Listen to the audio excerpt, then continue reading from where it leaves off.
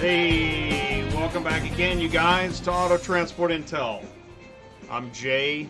I'm the car hauling dispatcher. It's Tuesday night, so you guys know what time it is. It is time for Auto Transport Intel Tuesday Nights Live, and I really appreciate you joining me every Tuesday night. I look forward to it, I'm excited to dive into brokering. This time we're going to, I've talked with Jake the broker on this show before, and I'm bringing him back again tonight. And actually, I'm going to premiere a new, I hope this works. We're going to try and do an online video meeting to improve the audio. That way you can see the video of him, and so you can see some settings have changed. So bear with me. I hope this works. Plus, I think I got a lightning storm outside, so if we get cut off, I'll just have to restream. But and let me say this too: if you're new to this show, all right, you found this show through the video suggestions, or somebody said you got to check out Auto Transport Intel. Let me tell you what you're in for. Okay, so I just started the show, and then I'm going to start saying hello to the live chat here in a few, real soon. And I try to keep the show moving, not to bore you, but I do want to let you know it is a long show. And what I'm going to do after I talk to the live chat is that about 10 minutes into the show, we're going to do industry news, which is Facebook stuff, and then, some information. I try to mix entertainment and information. That's what Auto Transport Intel is. So, especially if you've seen my Facebook live feed. Well, that's actually new. We'll talk about that too. And then about 28 minutes, I'm going to recap that I do consultations and I have merchandise. And then at 30 minutes, we're going to go into the featured interview with Jake the broker.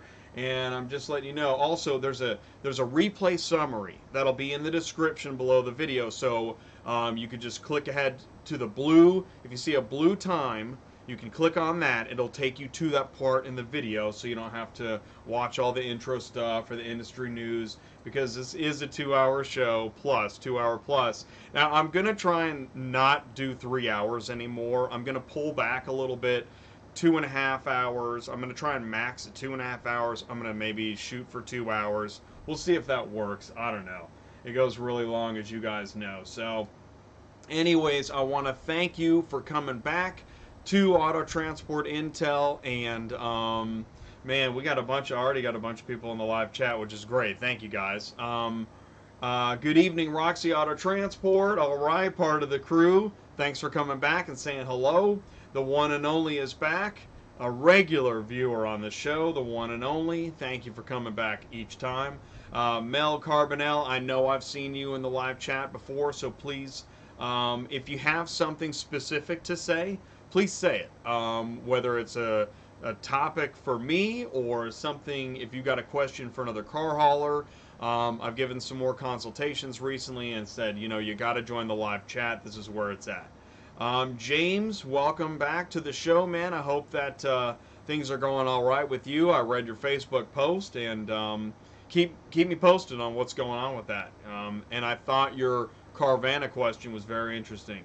Mike M., welcome back to the show, man. I know you're busy, and that's awesome. Great. That's awesome. That's awesome. And then the one and only says, what's up, everyone? M. Fields, Exclusive Luxury Transport, says, what's up? Welcome back to the show, M. Fields. It's good to have you back in here saying hello. I appreciate you coming back. And Yuri, always checking in on Auto Transport Intel. That's awesome. Mark with Trucking Answers is back. Thank you, Mark. We are growing this network. If you have a freight hauling question, check out Trucking Answers on YouTube. Man, great topics. Doing live shows now weekly, so just great stuff. Jake Castillo, yeah, man, I'm glad to help. Some of the information I give, it's interesting. The more I learn about what carriers go through, the more I'm inclined to tell you guys and share the information that it is a tough gig. No lie. I mean, dispatching's hard, but that's just one small, tiny part of the giant, difficult picture. So, yeah, man, hopefully my information is helpful. I appreciate that. JC Smith Projects back for another show. Thanks for coming back, JC. I appreciate that. And thanks for saying hello in the live chat. Keith Transport, new sub. Thank you, Keith. That's awesome. I'll take this moment to say please hit the like button. I do appreciate every like I get, the shares, the comments. I really do appreciate it. So thank you. You're helping my YouTube ranking. Oh man, YouTube ranking. Mm. Okay, YouTube ranking. That's the code word. Okay, Max Premier Transport is in the house. Paul, what is going on? I've seen the updates about, you're working on your enclosed trailer. Gartho Logistics is here. Awesome, man. Gartho Logistics is a super honest broker, keeping it real. You gotta check out on Facebook. Go to Gartho Logistics. He is keeping it really real. So, and that's what this show tonight is about. Well, not just real auto brokering, but auto brokering in general. I mean, we all have concerns, as a dispatcher. Is there going to be a decent load today? If you're a car hauler, am I going to get, am I going to make it on time, right? Or, am I going to make any money? Well, auto transport brokers have their own sets of concerns. I've been thinking about that, so this is what this show is about. Hey, what's up, Hotshot Dave? Good job, man. Coming back in. You got a message retracted. You've already been redacted. Okay.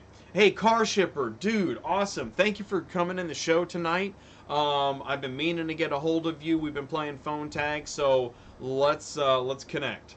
And Hotshot Dave, what are you up to now? We haven't caught up in a couple weeks, so let me know. Hey, Brett Vittorini's in. What's up, man? Hey, yeah, it was good talking to you. So I'm glad that you're in the live chat, and hopefully you can get some good information from other car haulers. Vlad Zakhariev, hello from Chicago. What's up, Vlad? Thanks for joining in. That's awesome, man. I appreciate it. Blackout Car Carriers is back with us. Yes, it is Tuesday. That is the happy time. So I appreciate that, man. I really do. And I love saying hello to the live chat.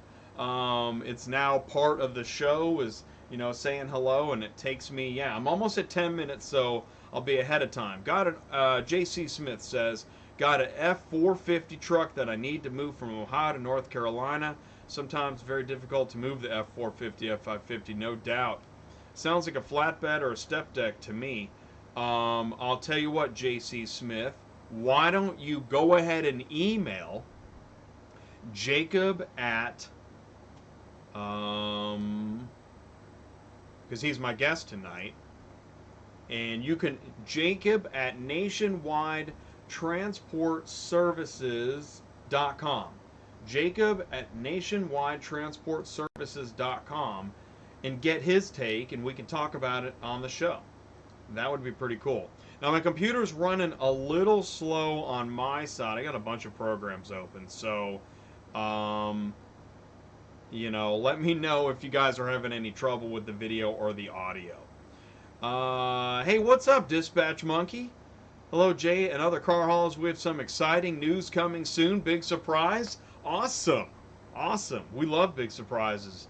So I can't wait to hear what that is. It's been a while since we talked to Dispatch Monkey. So thanks for coming in the chat and posting that. Nate Jacob at nationwidetransportservices.com. Jacob at nationwidetrans. Oh, I missed a T. See, that's why I was double check. I try to spell check, But man, that's great. I'm interested in some surprises, and J.C. Smith, let me know if Jake has any tips for you. Johnny Delagarza's back. Hey, what's up, Johnny? Thanks for coming back to the show. I appreciate it, and I appreciate you saying hello. Okay, and also, JC, you can email Hotshot Dave. That's 2 leads. That's awesome. Ocean Roads Transport rolling I-39 north in Illinois. What's up, Sean? Yeah, man. Sean, I got you got a mug in your future, don't you? This bad boy is in your future. Well, not this one, but if I drop and crack that one, that'd be bad. Hey, what's up, Viper Transport? Vinny's in the house. So thanks for joining in again, man. That's awesome. Griff, what's up, Garth? How's the road, man? Hey, Griff, first time in the show. Griff, I appreciate that. Hello, radio. Okay, so check this out. I'm glad you said that, Dave. If you guys don't know this, there is something new. I did something new. I went live, and what we can do here, I can go ahead and do this. I'm going to go live over my live. How do you like that? So, starting last Friday, I did the testing last Thursday night. I did a couple test streams on Facebook, and then last Friday, I did live dispatching, and Dave Williams, Clarksville Trucking, we booked loads for Dave live on Facebook. Or rather, I was live on Facebook while dispatching like I normally do. So I encourage you to check out. We're going to go live again, Dave. I don't know when we're going to go live again. I'm not sure if we'll go live tomorrow. Maybe. I've been hunting for loads, and if it seems like it should make sense, we could go live tomorrow. But we're definitely going to go live before the end of the week. So either tomorrow or Thursday and or Friday. So that's going to be cool. I'm looking forward to that. And it's interesting because, well, here's what makes it interesting. You get to see me actually, I'm really dispatching. Now, I'm calling the brokers on the phone. Dang it, I messed up I'm calling the brokers on the phone. Like you don't know what, picking up a phone looks like. But I'm calling brokers on the phone, so you don't get out of here, Mel Carbonell. Thank you so much. That is super, super nice. Please let me know. I don't know. I don't recognize your name other than. Are you a friend of Paul's? Anyways, if there's something I can answer for you or do for you, please let me know. And I really, really appreciate that. You guys, I appreciate the super chats. There's two ways to donate to this show. You can either donate through the super chat, but YouTube keeps 30%, or you can PayPal me, which my PayPal is autotransportintel@gmail.com. So, now what was I saying? By the way, my audio is not too loud, right? I've changed up some settings. Okay, so Car Hauling Dispatcher Live is a chance where instead, I don't want to invade the privacy of anybody I'm calling, but I do want to show what we go through looking for loads, calling for loads. I know when we went live on Friday, I went at least an hour and I didn't book anything because that's what it's really like. All right. Okay, Dave. That was because Dave said hello radio. So let's go ahead and remove that. In fact, let's go ahead and put up the graphic for the show tonight. Uh-oh. See, I froze for a second there. Did you guys see that? Okay. What makes brokering so hard? That's what we're going to talk about tonight. Breaker, channel, YT. What? Hey, what's up, Pink Buffalo? What's up, Fred G. Sanford? Okay, I think Pink Buffalo, Fred G. Sanford, I've never seen either of you guys in here before, so thank you for joining the show. Thank you for saying hello. And like I was telling Mel, if you've got something specific, let's say I pop in once in a while, I'm one of those brokers. Oh, and you like what I'm doing? Awesome. You hope this is a big success. We're high-end transport out of Fort Lauderdale. Awesome. I'll tell you, thank you, Mel. And I don't know if I've ever high-end transport, that doesn't ring a bell. I don't know if I've ever booked a car with you, but regardless, I am looking forward to having more parts of the car hauling ecosystem on this channel. You've got the car shipping customers, you've got the auto transport brokers, and you've got carriers, and you've got dispatchers, right? And we're all in here, all mixing around. We go to the load boards, and we are compartmentalized. We don't think about what each other does, and I hope to change that. So hopefully that's what you're liking about the show. And if you have comments, autotransportintel@gmail.com. Send me an email, and if you guys want to come on the show, that'd be great. Man, I'm live. I've got a list of potential interviews. Just keeps growing. So, Silver Mint. You missed the trucker song. Oh, what's on the menu? Well, I'll tell you what. This is what's on the menu. What makes brokering so hard? And thank you again for your super chat. I really appreciate that. What's up, Griff? Okay, guys, you'll figure this money thing out. I know, it's strange. it's like you put, I think you gave a $1.99. I think. I've only super chatted a couple times, but I'm just saying, I think like you're 20, I think when you wrote 25, that's the message. I think. I'm not sure. But let's see. Fred G. Sanford, you can't hear a thing? Oh, you have a Mac? Keep me posted on that, Fred. Can other people hear me? I think you can. Let me know, okay? Let me know, because I see audio levels going. So let me know. Check the settings on the video or the phone. Really? Huh. Keep me posted. Can anybody hear me? Because I'm seeing, I am seeing levels. Let's see. That's interesting. Interesting. Okay. Let's see. Hang 'em high in the sky. Love moving big cars with no wheels. No audio. But Vinny has it. Kevin has no audio. That is really weird. So some of you guys have audio and some of you don't. James can hear me fine. What? That makes no sense. So I'll tell you what. And you, Kimberly, thank you, Kimberly. If you can hear me, you will learn a lot here. Loud and clear. When they are as big as Jay's, like it's called a yacht.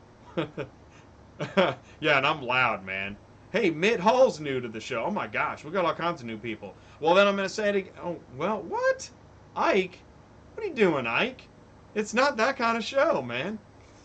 I think Ike was trying to tune into what's that show that's getting pulled off of all the social media. Hey, if you haven't hit the like button yet, please do so. I really do appreciate it. Hey, Whoop Datus. Awesome, man. Thanks for tuning in, and good talking to you also. Sup, bros. Okay, you guys want to go into, and you can hear me too, Hotshot Dave. I'm really glad to hear that, man. You're making me, when I hear a technical problem, I start to sweat. I really do. I hate technical problems. Let's go into industry news, folks. Are we at 10? Oh, we're way beyond 10 minutes. Ah, dang, I'm way behind time. All right. Well, Jake, I'll tell you what. It's probably going to be more like 8:45, so hang in there, buddy. Because I got several things to go through. So we'll try to get through the funnies somewhat quick. All right, so I like to start the first image as something, kind of real, right? This is the sacrifice they make to keep our stores loaded with products. That truck is their home away from home. And that goes for, whatever kind of trucking or transport or logistics. When you're a driver on the road, this is true. And I post this for what I call the residents. If you're a resident, a car shipping customer, you stumbled upon this channel and you see this, remember, there's no need to cut off the guy that brings you stuff. All right, be cool, man. Like if I get a trucker that's kind of maybe getting mixed up in my route, I'll flash my bright, or I'll turn the lights on and off just to communicate and let them know I see you and I'm gonna give you the right of way. All right, you're cool, man. You're way bigger than I am. I don't need to kill all of us trying to save 2 minutes on getting to my dry cleaning. It's just not worth it. All right. GM is testing out new wheels to fit their wheel wells better. I thought that was pretty funny. It's true. It's true. Mud flaps. You're doing it wrong. So, but that works in a pinch. Probably doesn't work. When the scale house sign goes from closed to open right in front of you, but you keep driving like you ain't seen nothing. That's funny. I love memes. I do. I think memes are great. Speaking of, okay, I'm buying another BMW. You already have too many, but I don't have this model. Focus on the ones you have. Man, I love, dude, that's a great meme. The chopper, man, that's the what is that, American Chopper? That's awesome. And so, speaking of, yeah, those are the three amigos. You guys see this stuff on Facebook all the time. I know you do. I do too. Hey guys, this is mostly for rookies. Stop taking cheap freight. You see that pretty much every week too. And we're gonna look at some examples of why. and that is the sleeper cab with blue lights, right? So if you make good profit, you too can have blue lights in your sleeper cab. Here's a shirt. Ashes to ashes, dust to dust. If it was for car haulers, the left lane would rust. Just posted about left lane driving laws. Found that interesting, so I reposted that on Facebook. So if you don't know left lane driving laws, check out my Facebook feed. Okay, I have a question for some of y'all. I'm trying to get started in the business. How much money can you actually make? You see this pretty much every week too. And it's a great question. It's actually the question. Can you make any money? And if the answer to that is yes, how much money can you make? And so that's pretty much one of the main themes of this show, of my blog post, and really everything I'm talking about is, I know as a dispatcher, that doesn't pay very well. So don't do that. As a car hauler, if you can stay loaded, which can require maybe getting a good dispatcher, which I just said doesn't pay well, so there goes that. But then, you can keep the truck from snapping in half and make sure the insurance rate doesn't make you crazy. Anyways, it's a good question. I still don't know the answer to it. Now, along the way, you're going to need to learn how to strap down. That's not how you do it. Don't do that. You may end up having to do something like that just to get to the next town. This could happen if you overload, underdrive. You just got to be careful, right? You got to be careful, man. I don't know what happened, but that was all over Facebook too. That was this past week. Or you can start digging these out of your tires, right? So it's funny how salvage auto auction cars don't really pay enough because the risk is pretty high. You start scratching up your trailer and all kinds of other business. That can happen at a truck stop. Great. Just great. Thanks for backing up. Or that can happen. There you go. That's a pretty bad day. That's a pretty bad day. I don't think that, and that's not in. Who is that? His? Whose is that? that should be the caption. Whose is it? I don't know. I'm way down. I'm parked way down here. I didn't see anything. Or that can happen. See, that's bad too. See this stuff, right? So the show is, like I said, education, information, entertainment. I don't know, back and forth, yada yada. Or this can happen. What is going on here? What is it? Is that 6 cents a mile? Yeah. New York to Florida. A Buick Camry, a Buick Century for $100. Call or text. Is that a real? I guess it's a real listing. Oh, okay. It's out 2 months. That's why I may as well just post it for $100. Wow. Wow. Man, I'm speechless. That's crazy. 6 cents a mile. You gotta be crazy.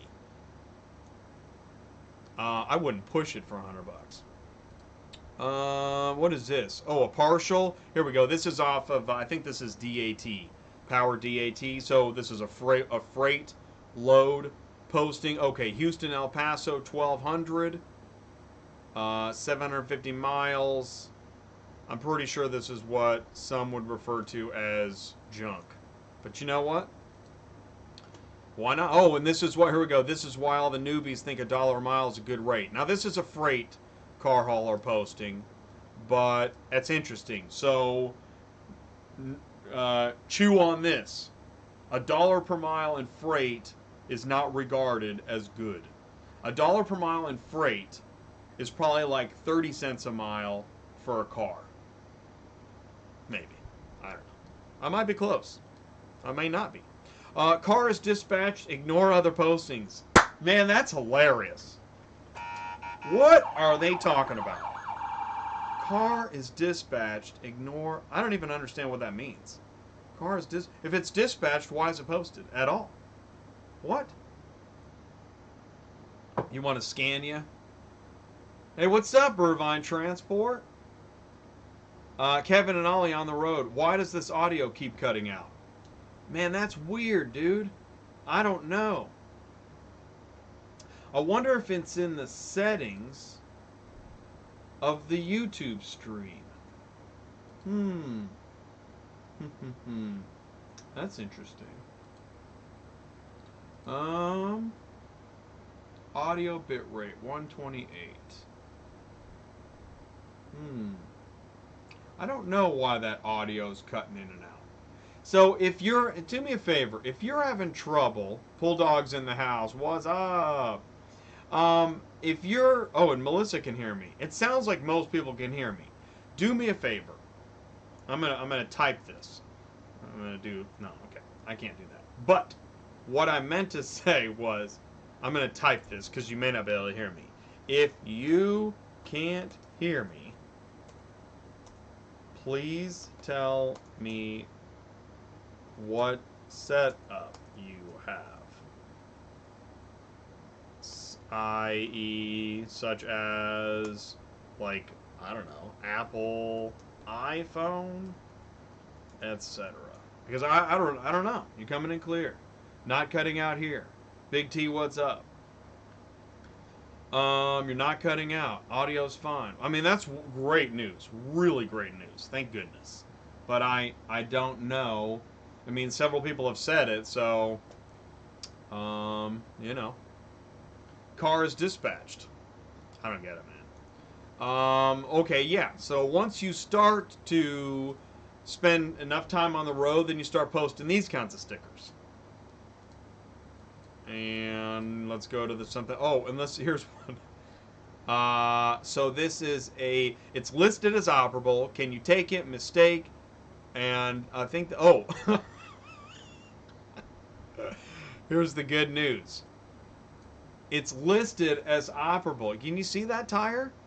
There is no way. That's not even a start and lurch. You can't get that thing to lurch. You couldn't even put 4 guys on the back of that and push it and get that. Man. Alright, fine, it's a mistake. But can you take it? I mean, I realize it's a hunk of metal, but can you take it? I can still take it if there's some increase in the rate. That's a good answer. It's a very good answer.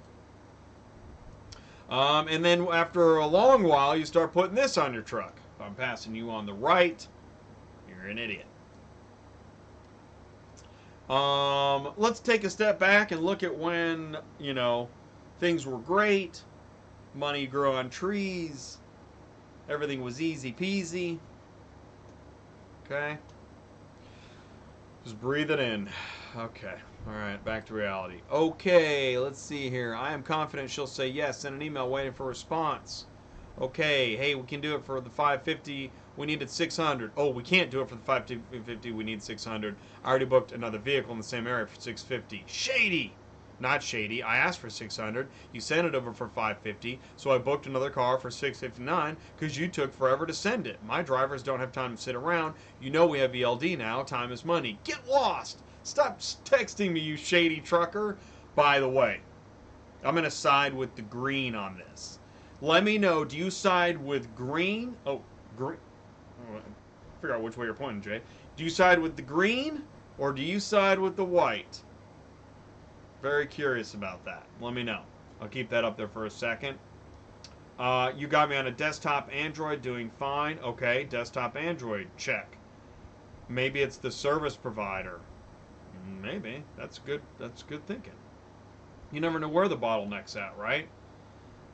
Okay. And if it doesn't work out, you can always go work for the other side. I kid. Okay. It's a terrible. That's no way to get them on the show.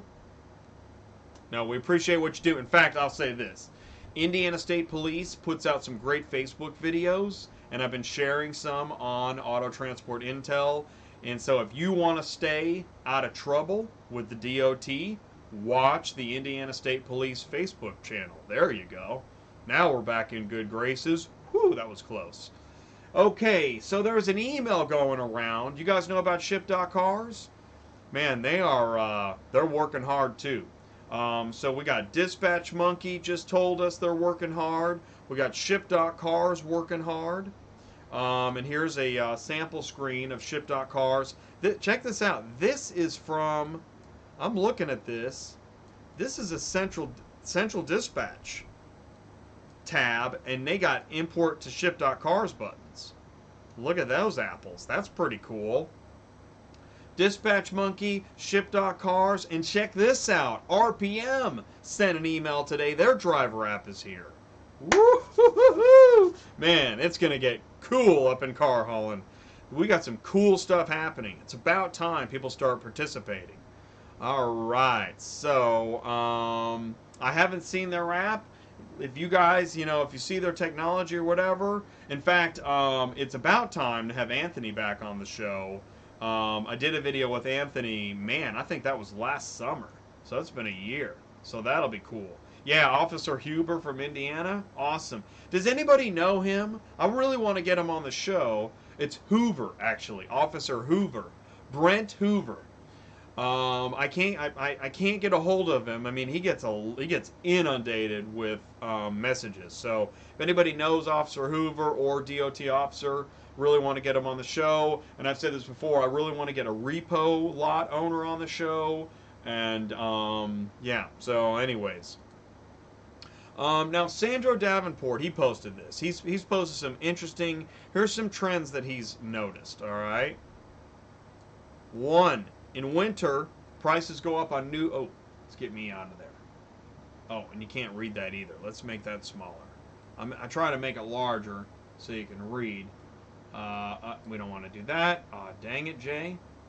Okay, where is my? Let's see. Unlock that. Okay, now I can do that. Okay. So you've been reading. 1. Winter prices go up on new vehicle loads. Busiest months, December, January, February. In summer, new car shipping requests are significantly low. That's interesting. Summer long distances have better prices. Like people are moving in July, August, and COD orders prevail. That's interesting.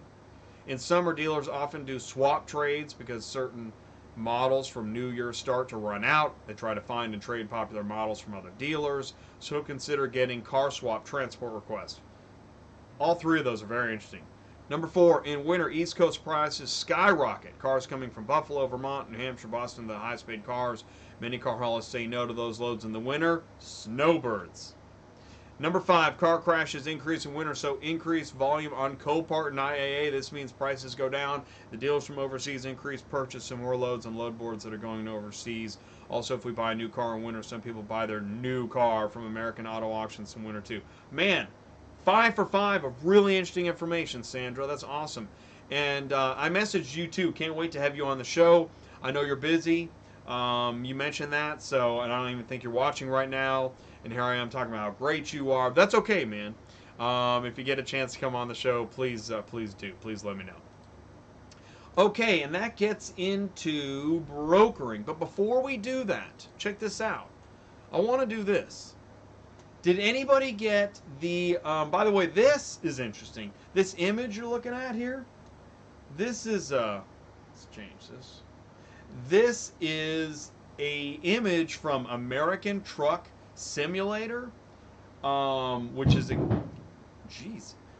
game, and I think this guy set up several monitors. Look, he's at a desk, but it looks like he's in a truck. It's pretty cool. It's very interesting. And I want to check this game out because I now have an account on Twitch, which is mainly a gaming channel. So if I'm able to pull off the Car Hauling Dispatcher live on Facebook, I eventually would like to take it to Twitch and play American Truck Simulator while dispatching. it's a private goal of mine now. So now it's a public goal. Dang it. Okay, so let's go to the Acertus. Did anybody get a survey from Acertus? Let's check this out. Acertus Carrier Survey. So, man, I mean, people are emailing me their emails now. Their updates, their surveys, whatever. Email me. autotransportintel@gmail.com. And if you're liking this, please hit the like button. All right, here we go. All right, Acertus. All right, you sent a survey. I filled it out. Let's see what we got. How politely did our dispatchers treat you? I put quite politely. How clear was the order information? Moderately clear. Would you say that our dispatcher solved your problem and answered your questions quickly? Somewhat quickly. And I'm going to say this, is that Your dispatchers are... Oh, okay. Your dispatchers are great when I'm booking a car, but if I have a question or a problem, it changes. It's kind of two different companies, whether depending on what's going on. And I don't like that. How well did Certus dispatchers respond to your voicemails? You know what? Over the weekend, it's tough to get a hold of you guys. Not all the time, but again, I think the problem is you got everybody thinking you're perfect, and or that they have to be perfect. Here's the problem: everybody feels like they got to be perfect around you, but then you're not always perfect. So I'm moderately satisfied. Number 6, do you feel that Acertus offers adequate payment options? Yeah, but the fees are unfair. That's a true statement. In fact, it's an opinion. It's not a fact. In fact, that's an opinion. That's an interesting statement in itself. This is an opinion. These are all opinions, but I think it's a pretty accurate opinion. Do you think the accounting paperwork confirmation emails are helpful? I guess, if you like lots of emails. Overall, how satisfied are you? Pretty satisfied. Can't complain about accounting. Carrier compliance? That's different. How was setup? Fair. How do you feel about our setup process compared to other companies? Well, compared to United Road, perfect. Compared to Ready Auto, which I don't even know if you can sign up right now.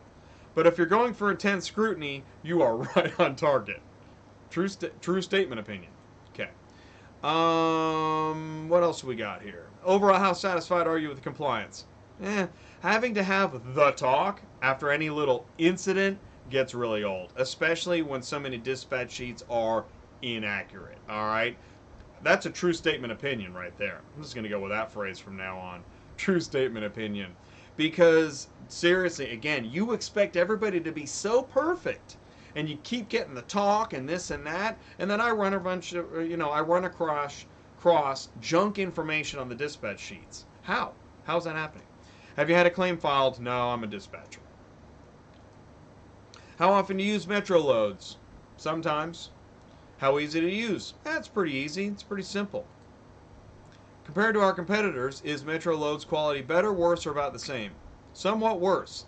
It is such a simple load board. I mean, all I do is really, if you have a load posted on Central, which is always mix pretty much, then I got to go to your board to see what it really is. And then if I find out that it's not a bus or a dump truck, then that's how I try to book it. But I'll tell you what really bums me out is when I think I'm clicking the button on your load board and then I don't get the load. You mean someone else was able to call in ahead of me and get the load, but I used your load board? Whoa, what's the point? May as well throw that away. How likely are you to recommend Metro loads? Which status update option do you like? Text, because you already called too many times. All right, what processes do other carriers, brokers provide? Okay, other carriers, faster booking online. Instead of calling to follow up and find out someone else got the load because they called you. Seriously, it just happened. It's kind of crazy. Why use the load board other than to find out what the mix really is? Uh-oh, there's that cough again. Let's see. What is your least favorite procedure? Multiple emails per dispatch, the row of boxes BOL, I don't even know what that is. The nonstop phone calls about status and the whole mix business. What do you like best? Sometimes the rates are good, but your inflexibility to negotiate a rate is irritating. What are the most useful or exciting gifts to receive for a carrier's lifestyle? I don't know, I bet a mug. Better rates. How about, let's just go with money, because accurate information, really understanding what it's like to be a carrier, and better money, that's what carriers are looking for. Not to be on a team, not to have a green jumpsuit, that stuff. Carriers don't care about that stuff. Compared to our competitors, how would you rate our overall customer service? About the same. Would you recommend Acertus? I mean, you made it in my top 5 calling load boards, but you're at the bottom. Can we contact you? Yeah, autotransportintel@gmail.com. Please let us know if you have any other thoughts or concerns. If you really want to talk, let's start with an email and go from there, but I am curious about the name change to Acertus. Thanks. So there you go. That was kind of fun, wasn't it? Anybody else like that? All right. And you know what? I got a few more minutes before we're going to call This is another survey. This is interesting. I don't even know why. I don't remember where I got this. I don't know why I got this. SurveyMonkey.com. Are you a current truck driver? I'm not. But this is a survey that went out. What location are you domiciled out of? Pardon me? What's your domicile? What type of driver are you? Box truck, tractor, trailer. Okay, this is a freight questionnaire. Okay. What aspects of being a truck driver are the most difficult to handle? Being away from home, unfriendly facilities and customers, road conditions, maintaining a healthy lifestyle. That's interesting. What do you guys think about that? That's actually a pretty. This is of all the survey questions I've read so far, this is probably the best because it actually shows thinking about what's important to the carrier. Let me look into the chat here for a second. Might be able to get NCSP major. I don't know what that means, but that sounds pretty cool. Right on. High-end transport would take a lot of freight from you. Awesome. Jay, in the process of getting our brokerage authority approved. Looking forward to your show today. Awesome. Jay, I'm 50 and know what Twitch is. Do you even FPS Pro? Frames per second? We know you at Acme Transport. I hope our team is treating you well. Awesome. That's so true, Jay. I'm glad you agree with me. I appreciate that. I really do, because it's a true statement opinion. Sorry I'm late. How's everyone doing? We're doing great, Sergeant Schill. Thanks for checking in. What's up, Sarge? When football season comes up, High End gets all the athletes coming out of South Florida. Ooh, athletes are awesome customers. True. Carriers want bigger air horn gifts. I wish I had an air horn. You know what? I wish I had one of those like DJ rows of buttons and I could play sounds. That'd be awesome. What else we got? Biggest concerns as a truck driver? Driver safety, compensation, personal health. I'm going to go with compensation. What frustrates you? Inconsiderate, unsafe drivers. Yeah, I don't know how you guys do it, man. I can't even get to the store without, like, eyeballing who's road raging and who's coming up on me. And it's crazy, man. How do you spend your time while driving? Listen to music. Listen to Auto Transport Intel. How come that's not on there? I call home and talk to my family. Yes, I have a dog. Yes, I have a cat. Yes, I have an alligator. Please rank based on important steps warehouse employees can take to be a better partner. Now, here we go. Yeah, because you get into detention pay, sitting around, waiting on the loaders that, you said your time was 10 a.m. and you've been sitting there since 11, since noon, nothing happening. Yeah, man. I don't know how you fix that, but I know some good TV shows. The Prophet, Shark Tank. What else we got? Oh, I skipped it. Have you personally experienced significant impact due to the ELD mandate? I'm told that ELD is amazing, that I should stop coming down on ELD. I still have ELD Skull over here. I like ELD Skull, but I guess I'm going to talk about ELD mandate a little less. I don't know. Don't blame the ELD, blame the HOS. I don't know. The FMCSA, the DOT, KGB, whatever. If yes, what areas? Okay. All right. Yep. Let's see. What time? Here's the real question. Here's question 14. At what question were you bored? And I'm gonna go back to. I'd say about questions. I think I got bored at question 7. Well, actually, that was a good one for me. Yeah, question 8. I got bored at question 8. There you go. There's the answer to your survey. Okay. All right. It's time to call Jake. We just ate up 45 minutes of nothing, right? Just me talking and yapping. What? These questions are very vague. I know. What did they learn? Question 15. Did we learn anything? I don't think so. All right, Jake. So let's go ahead and, by the way, before I bring in Jake, I just want to mention, I do have the consultation channel packages. I do consultations. Number 1 and number 2, if you're looking to get into the industry, number 1 and number 2, we can spend a lot of time and go in depth. I've had some brief conversations with folks, and listen, if we have you can see this. If we have a brief conversation, no big deal. But if you want to go in depth and make a contribution to the channel, incredible. Love it. Really helps. If you're a longtime listener and you want some merch, I would recommend a mix or a VIP package. And, and I also have, let's see, here we go. Here's some business cards. So I do want to get some of these out. If you want to help me spread the word about Auto Transport Intel, these cards are pretty cool. Metallic glossy. And if you want to help spread the word, go ahead, send me an email, autotransportintel@gmail.com. And that's my PayPal address. And and then last week we set up number 5, KC Barbecue. I have no idea what it's all about, but I am in Kansas City area. So listen, if you're in the Kansas City area, if you're traveling through, let's make a video. Let's do some barbecue. So there's that. All right, now let's move on to, let's do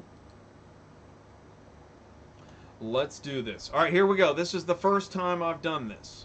Well, it's not the first time I've done this, but it is the first time I'm doing this.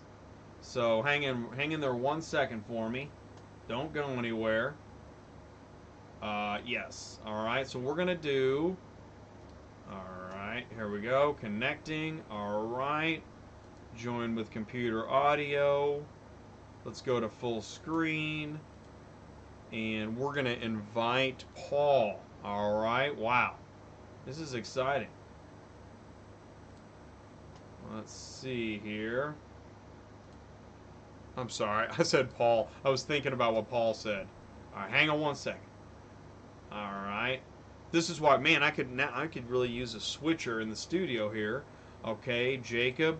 So you right now, I know you're seeing like, what is going on? Okay, so you are seeing, this is my laptop built-in camera, and I'm about to do a live video interview with Jake the broker, and to do that, I had to use my integrated webcam instead of my what do you call it? Plug-in Logitech webcam. So let's see, Jake should be in here shortly. Oh, here we go. Hey, what's up? Welcome to Auto Transport Intel. All right, hang on. Stay right there. So, okay, wait a minute. Oh, you're not seeing him. Hang on 1 second, guys. There we go. There's Jake. You guys see Jake? You do. You see Jake now? Okay, here we go, Jake. Talk to me, Jake. Can you hear me? You got me? Yeah, I hear you. Can you hear me okay? I got you. All right. Welcome to the show, dude. How's it going? Dude, good. Look, I built these. I just built these too.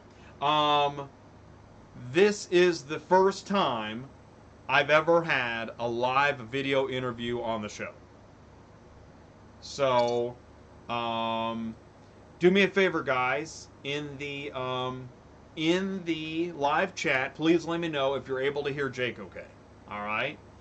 And I'm doing this because I've been up until now, I've been doing over the phone interviews, and people said that the audio wasn't as great, and I also think we got echo. We got an echo, huh? All right. How about this? I think I took away the echo. A lot of echo. You guys had a lot. Okay, is there echo now? I think I got rid of the echo. We okay? Maybe. How about Yeah. You got me? Echo, no echo. A lot of echo. It's like a lot of echo.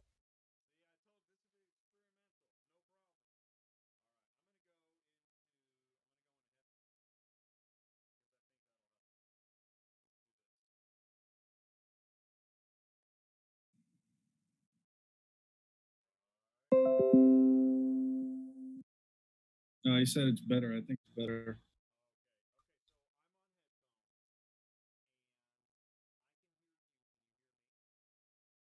A little better, no echo. No, it's good. Yeah, I think we're, yeah.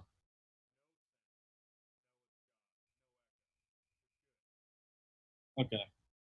Sweet.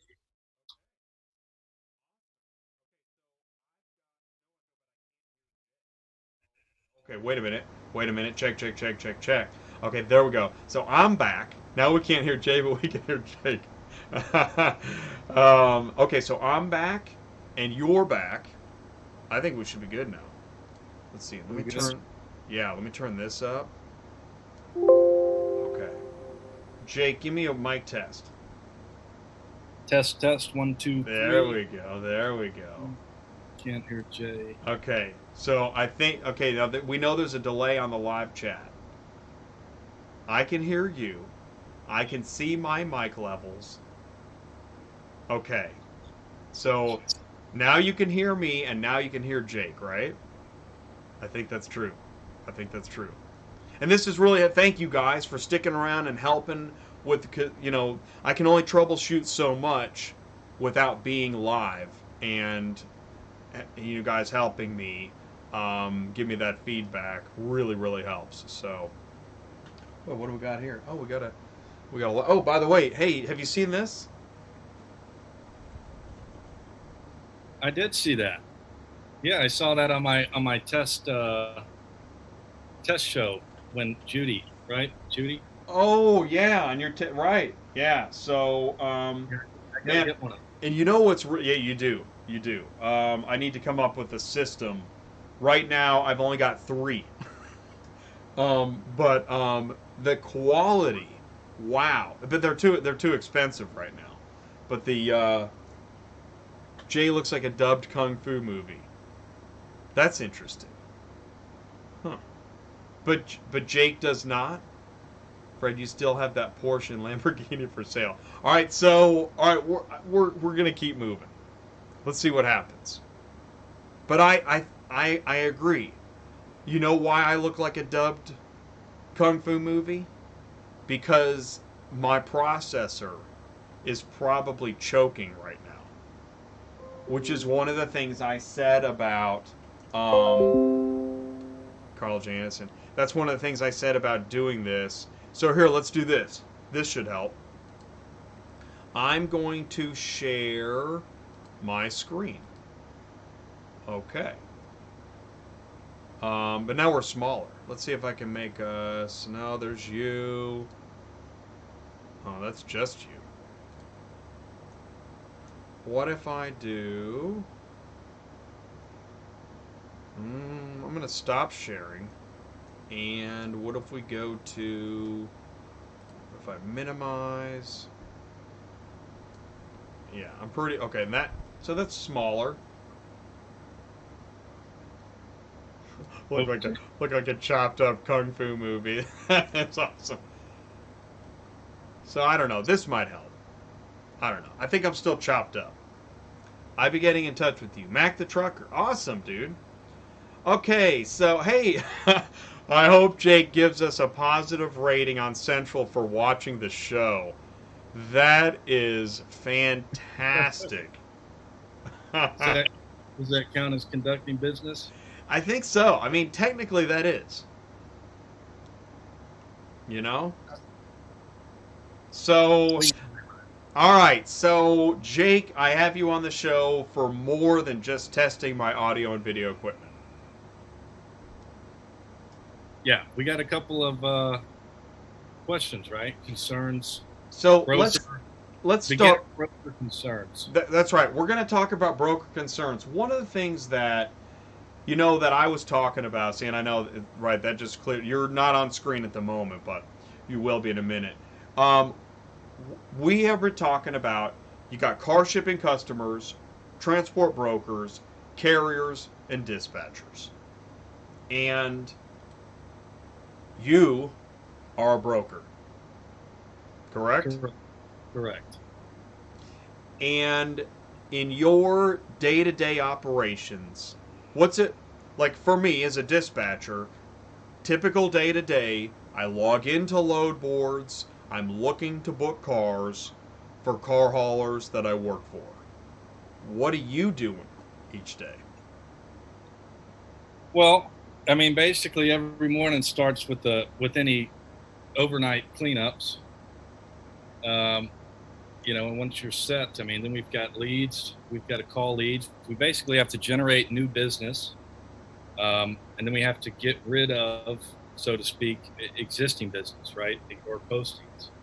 So for us, it's kind of a balancing act all day of generating, filling your board up, so to speak, so you have money throughout the week and the following week, and then also taking care of what's going on right now, so you can make money today, and then you've got to worry about what's already dispatched. So, It's a lot. because it is a lot, and that's why I wrote this: transport brokers educate shipping customers and connect them to carriers. Is that true? Yeah, I mean, exactly. Yeah, and then it's that with a little bit of a lot of customer service in between. So you're definitely having to communicate with these people on multiple occasions. What takes more time, educating or finding carriers?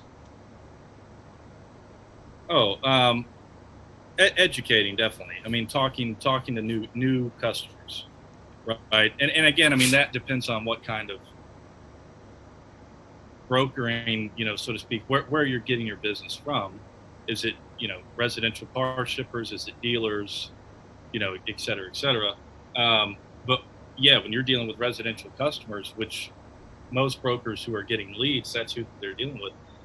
You know, those people want answers, and really, I think if you don't explain to them the process, then you're just going to create more problems for you in the long run. It's tempting to just kind of bypass and say, yeah, we can do this. Sure, we can pick it up September 18th. Sure, we can get it delivered in 4 days. Sure, we can do it at this price, no hidden fee, and push them through and not explain anything. But, then your chances go up dramatically of you having to backpedal a little bit.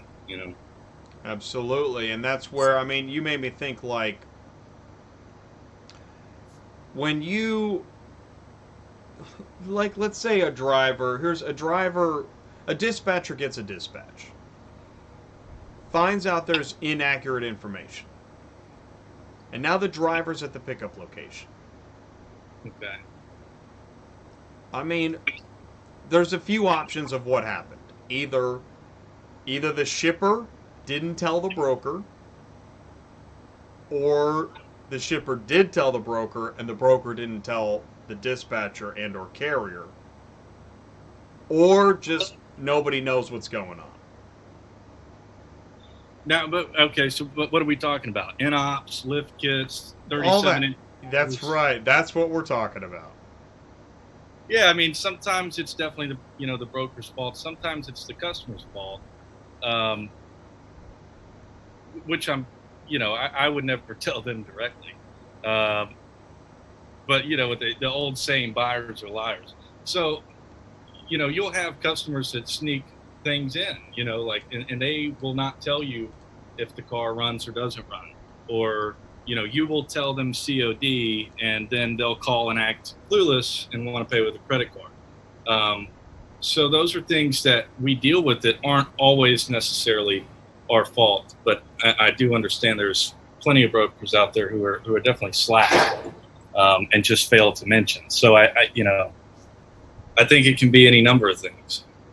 Well, and that's the thing is that you wonder, right? And I guess that's where, just as a carrier gets a track record of being late or damaging cars, we know that brokers get a track record of misstating actual pickup, actual delivery, mix. I mean, the kind of garbage that just makes lives harder. Right. Which, including your own as a broker. Yeah, totally. Yeah, I mean, and again, I mean, I learned this the hard way. There was plenty of times when I first started that I just wanted business. And I didn't really understand, and we'll probably get into later about as far as the customers that you want to deal with as a broker. Because do believe that not everybody's meant to do business with each other, right? There's certain people who we're just not going to do good business. So, and leave it at that. I totally But agree.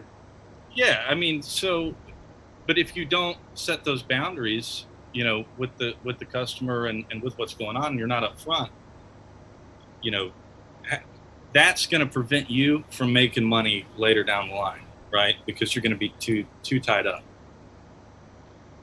And so, can you give any sage advice? I'm assuming, I'm going to assume a couple things. I'm going to assume that a new car shipping customer somewhere along the way sees this video, because one of my goals is to have this video rank high in YouTube. I showed you this. When you go to YouTube and you type in ship a car, auto transport broker, I want this video to show up high in the ranks. So therefore, I'm hoping new car shipping customers watch this. But I'm also hoping new auto transport brokers watch this.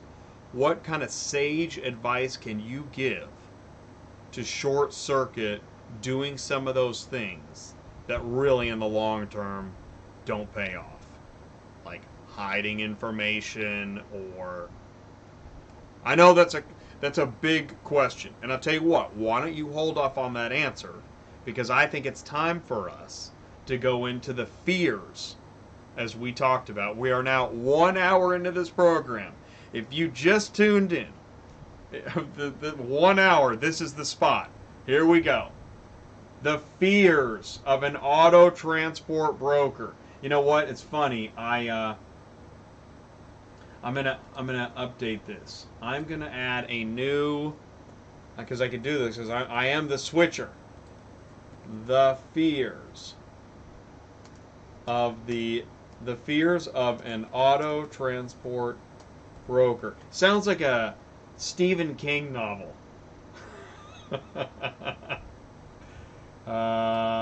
Let's see. Here we go. I'm picking my font, which reminds me of, it's kind of a Tarantino font. It's very interesting.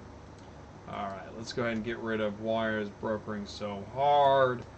Let's update it to the fears of an auto transport broker. Okay, so what are the fears of an auto transport broker? Here we go, all right? So, number one, will I get the customer's business? Right. Yeah, I mean, and so and again, for brokers, especially coming in, um, there's a lot of pressure, and that depends on what kind of setup you're on. Are you on base salary plus commission, or are you on straight commission?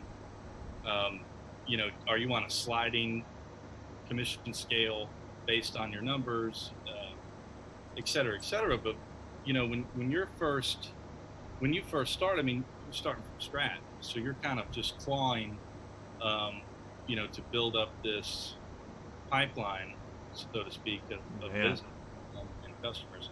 So in the beginning, that is definitely a concern, and it can continue to be a concern. But I think one of the most important things, even if it is, not to let it translate through the phone. Because that's what I think paralyzes so many brokers, is the customer can tell, right? They're pushy, they just want to get things done, and something is not.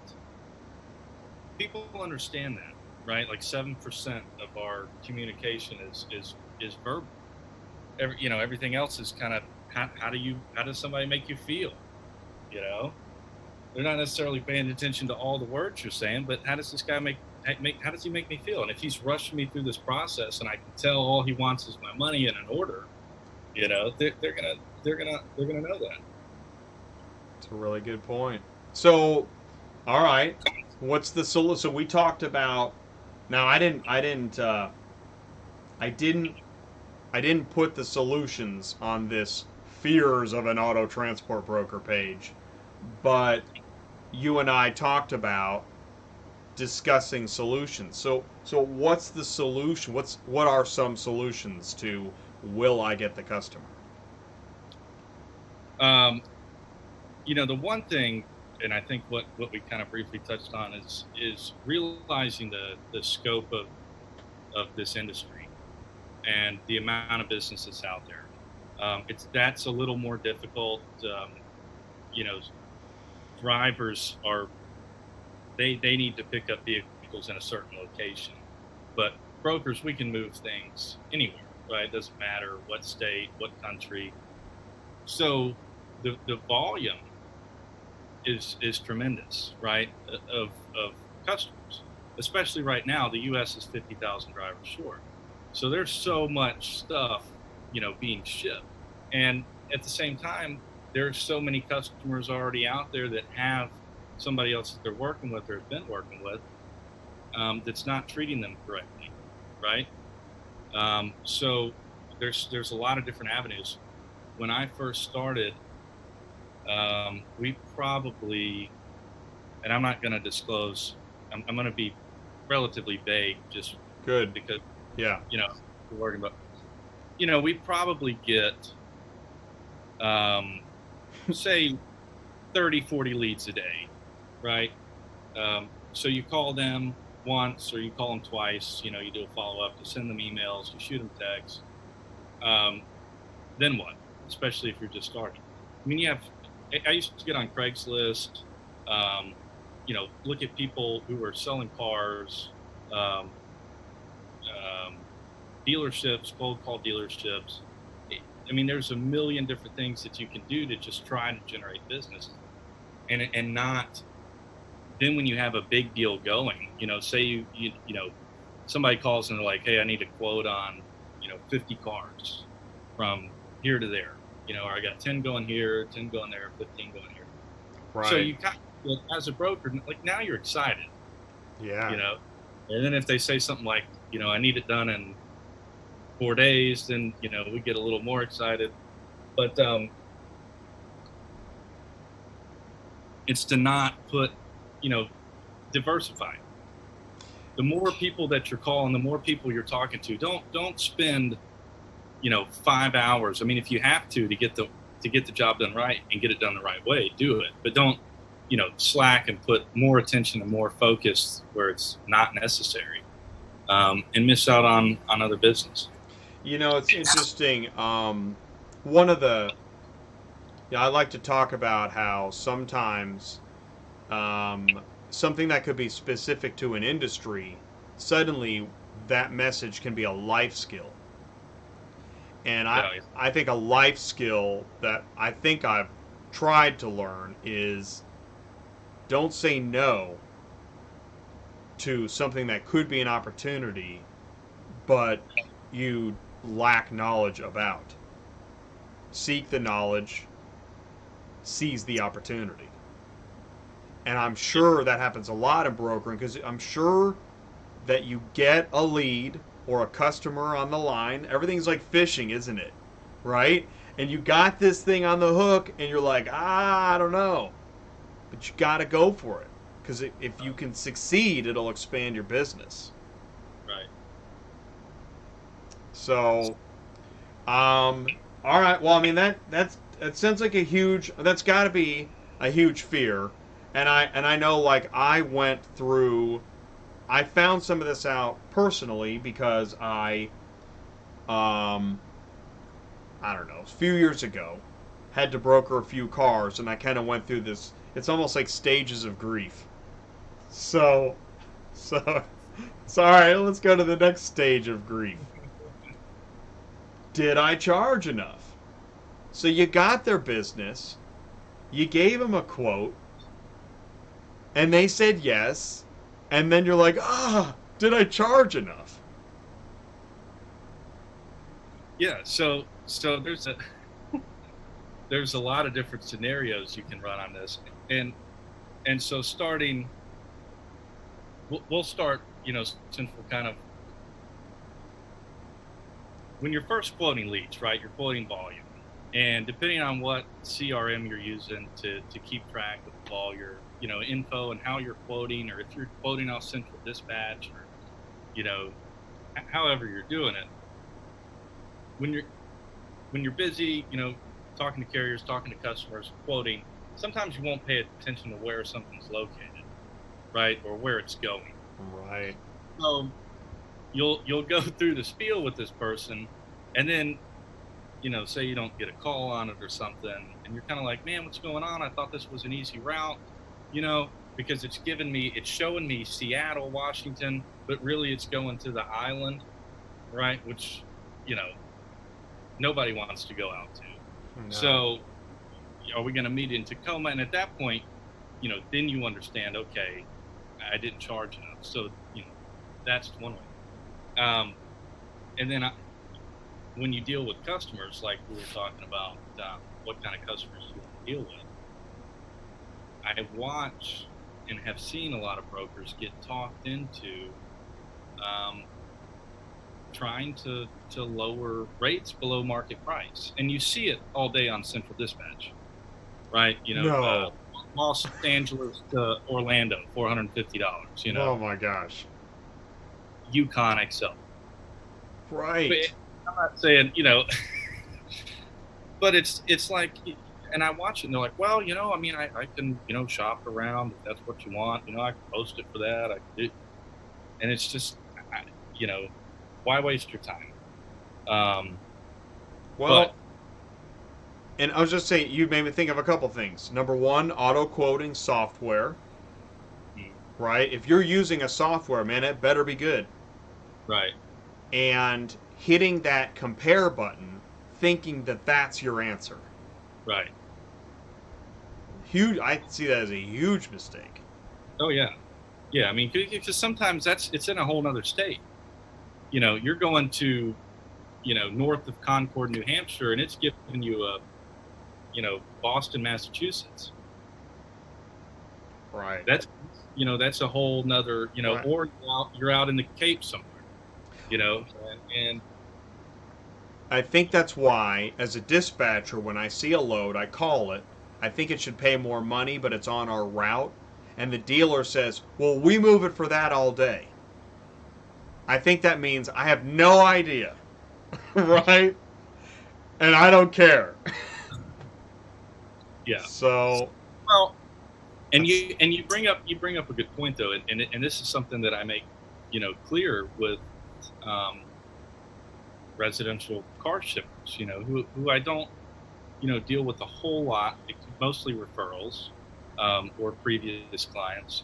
But one thing that I want them to understand is not every car hauler is the same, right? A guy with a 3-car hauler, 3-car what? I mean, he's going to want to charge more per car than the dude with the 10-car hauler, or the 9-car hauler. So, they have to understand there's variables.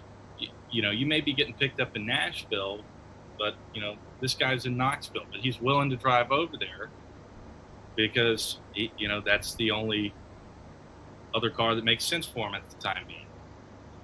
But he's going to want more money because he's not in Nashville already. So these are things that I try to communicate with them because, again, that conversation's awkward too. Hey, I got you a driver. He's asking for, and you didn't prep them for that. If they don't know the industry, they're like, "What do you mean?" And God forbid they think you have your own trucks, which if you don't tell them, they do. So, and a lot of people actually represent that they do to get business. Because it's pretty competitive out there. Yeah, you just may think that'd be hilarious. It'd be like, oh, can't hear you, Jay. Okay, you're back. Okay, cool. It would be like, hey, KC, what computer setup? What are you listening to? Are you on a computer or a phone? Are you on Android or Apple? Are you on Mac or PC? Let me know. Right, random trucks driving around like Uber. What a great comment. That's what I say all the time. What do they think? You're just driving around empty, waiting? Like, and that's the thing is, so many customers, and I am talking to, so many customers right now. It's not a Taco Bell drive-through. Or And, Domino's. and in your mind, it would be like if you went to Taco Bell, hi, I'd like to get a bean burrito, and the menu says $1.99, and they go, hang on 1 minute. Okay, it's $5 right now. Like what? What do you mean it's $5 right now? It is. In fact, we Yeah. got to change the price on the menu board because that's way off. Yeah. And then they Yeah. hit the gas and get out of there. And I think that's what brokering is like for a lot of people with Yeah. residential customers, and that's how you end up with a triple listed car, and the customer's positive that the Yukon XL should only be $450, Yeah. and there's no carrier that's going to do it. Yeah. No, I mean, yeah. And if you're not, you're exactly right. They go to somebody else, or, it's that guy that's got, 40 postings. He can't get a hold of the customer. He doesn't have the cell phone. He's only got the house phone. He doesn't have the right house phone. I mean, so I think, again, going through the process is beneficial to you, because now when you're done, you have a customer. I don't just have a random posting, that I don't know 2 days from now when a dispatcher calls if I'm going to be able to get a hold of the customer. You eliminate that problem. Have you ever? Okay, you don't have to answer this, but I'm still trying to figure out, and some carriers have strong opinions about this. Still trying to figure out. I call a load, and there's brokers I already know. If I see their postings, I know we're probably going to do this. I call. Hi, I'm calling about the order ID. Yeah, from where to where, and they're talking like it's a sure thing. And then I say, and maybe I have no questions, and I just say, we'll pick it up tomorrow. And they go, okay, well, I got to call the customer. I'll call you back.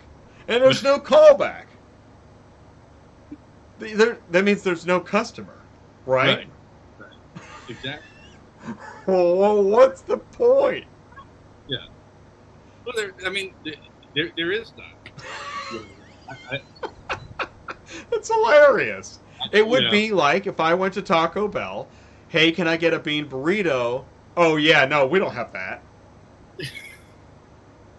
Wait, let me talk to the chef. Yeah, no, we don't have that. Really? No. Anything else? Yeah. I mean, it's weird. It is so weird.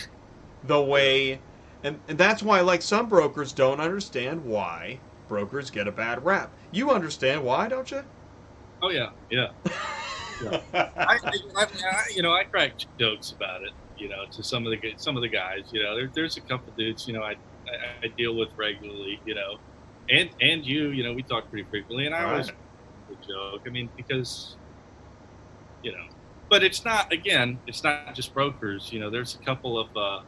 dispatchers. There's a couple drivers I who, know. but probably Okay. percentage wise, I think we probably take the cake. Yeah, I think right. I think it is. I think it's more brokers, but I would love to have like I'd like to have those dispatchers. I don't know who those dispatchers are because I don't really talk to other dispatchers.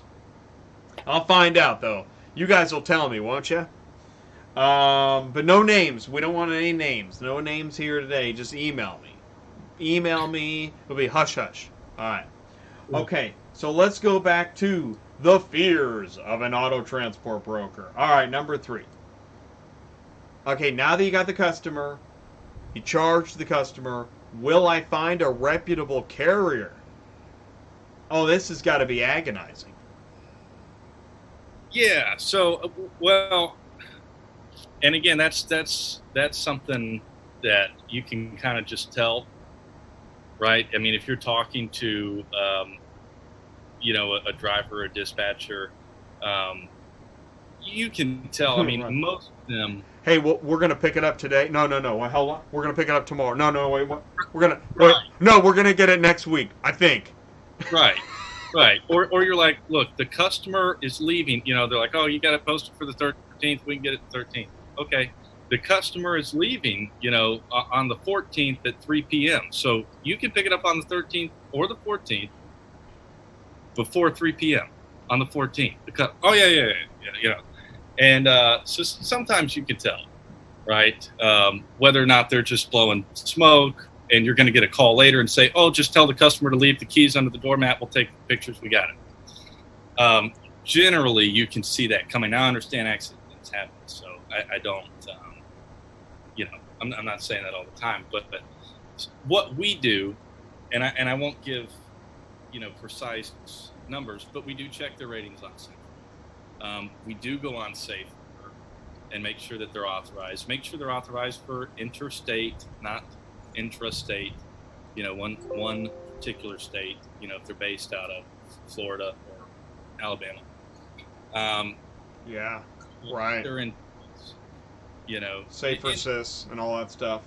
Yeah, I mean, you know, do a check, see what their inspections are like. You know, do they fail 50% of their inspections? Do they pass their inspections? You know, is their BMT updated?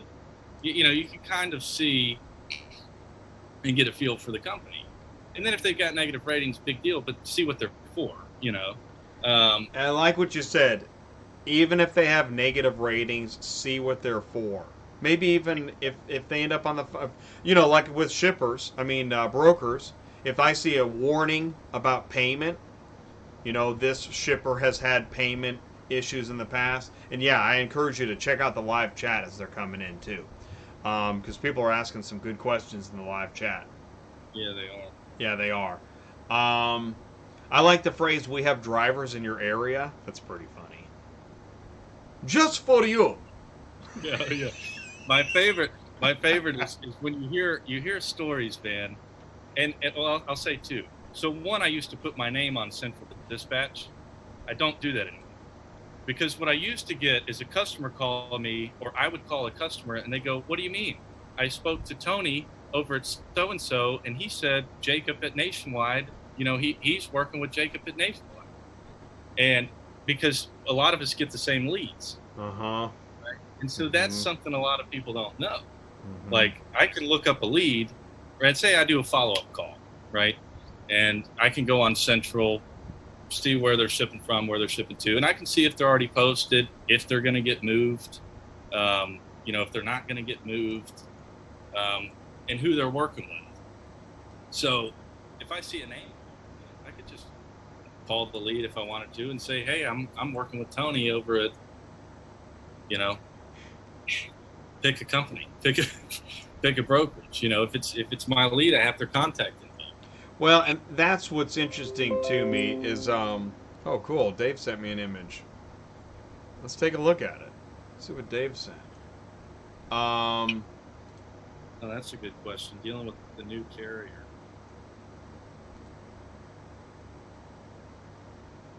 Hey, I got a $25 somebody gave me $25 in PayPal. Thank you so much. Oh, I think that was I'm guessing that was Melissa or Mel. Melissa, Mel. I have a friend named Melissa, and we call her Mel. So thank you. Wow, that's super nice. That is really awesome. Oh, it's listed as Melissa. I appreciate that. Thank you so much. I look forward to having you guys on the show. That's super cool. Well, you know, there are some good comments coming in the like actually in Gartho Logistics, okay? He's been on the show. He's a broker. He used to be a carrier. And thank you. And he says, you know, he talks like a carrier, which is really a lot of carriers are anti-broker. Unfortunately. And that's why I think a lot of brokers are anti-carrier. Yeah. And then dispatchers just don't like people in general. Right. So he's asking good questions. He's now Gary's going to the heart of I say this. When it comes to money, I don't usually talk about dollars and cents, meaning like money that I make. Right. Like if people ask me what do I earn as a dispatcher, I don't think we should go into that. I wish it was better. It's so bad. I'm tempted to go into it, but I'm not going to. But I will give a rate, percentage, or range. Yeah. And I think that that's fair. I think that from what I've learned, it's fair that when a broker um, makes a minimum of $200 per transaction, that sounds fair to me. It's Mhm. when a broker takes half of the shipper's pay, that's when we start to get pretty irritated. Right. You would agree with what I said, right? Right. Right. And you Because know, they rob us. since because That's what Dave said. since but yeah, I mean, percentages play a factor into that too, right? Because the industry average is there's a pretty big gap there. It's anywhere from I think like 40 to 80%. Um, and that really depends on how much money you cost. How many leads you're getting, what kind of leads you're getting, and how much business you do. Right. Um, That's right. for for me though, just with cars and now I primarily do freight. I really don't do cars too often, but generally a residential shipper that's just calling in, I charge them $150 to $200, and I tell them up front. If it's cross country, it's $200. If they're doing some move, a couple hundred miles, 1,100 miles, whatever, $150. Um, you know, freight obviously that goes up a little bit, but I think that's fair for a residential car shipper. Especially if we're only paying the carrier, $400 or $500. I think 150 is reasonable. If we're paying a carrier 1,400, 1,500, 200 is on that. This is what Dave sent. Uh, so it's a $70 car listed, which maybe that was just for me as his dispatcher since he's in Clarksville. But since we do the live dispatching show, what's the difference? But anyways, I don't think that pertains to what you're talking about per se. But I think I mean Gary's question. So Gary is Gartha Logistics. Gary has a great reason to ask, and here he is. He's just laying it down. My fee is 10% with a $100 minimum. Customers and carriers know this up front. And Gary, I applaud what you say and what you do. I really do appreciate that. The reason I don't always get specific when I talk about numbers is that I think I learned that sometimes because if I say a number out loud, it seems like that's when it's subject to change or to cause me bad luck. So I mean, and then suddenly, what if $7 ain't nobody for time for that, Dave? Yeah, unless it's four on his four car. But the point is that we all know that, and this is why it's tough with a customer. If you say the bean burrito's $1.99, if you call the chef and he tells you it's $5 right now, man, oh man, you are I mean, you're either in for an hour of yelling, kicking and screaming, or you're just going to lose the customer. And like, I know sometimes when I tell a broker I need more money on this car, and they say I'm going to have to go back to the customer, sometimes I can tell, oh, they're serious, like they really hate this right now. But I'm Yeah. saying to them, I don't think you charged enough. Let's go back to the fears. I don't think you charged enough. Let's Right. go back to number two. And if you didn't charge enough, I'm sorry. But you need to go back and get more money. What I really think, though, usually is they're just going to have to dip into their wad of bills and just take an extra one out. That's what I really think. Yeah. What's Yeah. up, IFG? So, All right, let's go into. I think we're doing great. Let's go to number 4. Fear number 4. How much time and attention will this transport require after I dispatch? Which is perfect because that's where we were. How much time and attention? So you got the customer, they agreed on the rate, you found a carrier. Now, are they going to be your best friend for the next week? Yeah, and this too, I think stems back to taking care of a lot of this on the front end instead of letting it get to the back end. But obviously, you're going to get surprises, right? Things are going to happen. It's not necessarily that customers. We like to say, brokers, a lot of times we joke about customers just not listening. It's like they don't hear anything that we're saying.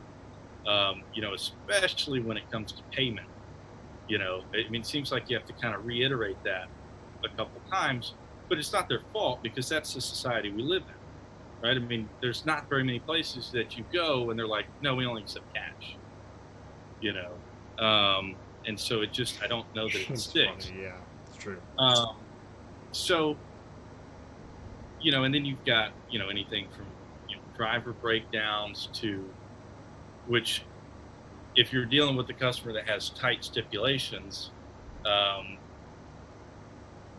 you're probably going to have to do some follow-up. You're going to have to stay in touch with the carrier, make sure that the customer knows what's going on. And then there's also some really good drivers out there, who do that for you. And those are mostly owner-operator. I love working with owner-operators. That's a good point. That gets back into number 3 because the carrier can help you with number 4. Right. Yeah. Because they should want it to go smooth too. And communication just frees up a lot of, resentment starts to build when there's no contact. And that goes for any of us, right? That goes for drivers, that goes for dispatchers, that goes for brokers, that goes for customers. If they're not able to get a hold of anybody for an extended period of time, then that's when you start to have those resentment issues. You get more yelling, you get more screaming, and now your solution phase is going to take longer than it would have had you kind of just stayed on top of it.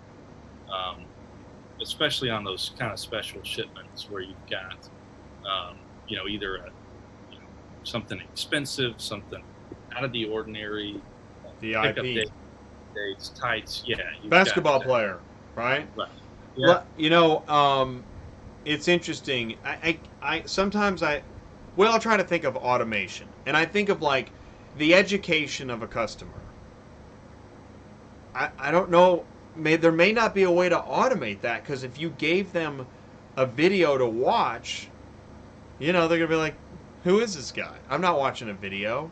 I want someone to talk to me. But you've only got so many minutes in the day. How can you spend an hour educating one customer at a time? 1 hour at a time. I wouldn't educate anybody for now. Right? But those customers are out there. Oh, yeah. Because I can tell, once they get to me, they're like, oh, so you're the dispatcher. All right, well, let me introduce you to Frankie, Jimmy, Sonny, Johnny, Timmy. Like, what? We're just moving a car, man. Yeah. I have had to say, I've built in, Indiana Jones traps, right? So I know if we're going into the Temple of Doom, that I know I got this corridor, and I have different mechanisms to keep them back on the path, rather than we're not making a movie, we're just moving your car. If you can take control of the conversation, you know what a residential car shipping customer, what their questions and concerns are. They want to know about insurance. They want to know if they can ship anything in the car or not. That's right. They want to know if this is a fixed price. They want to know, no hidden fees, blah, blah, blah, blah. They want to know if you can hit this pickup date. Right. Pick up windows.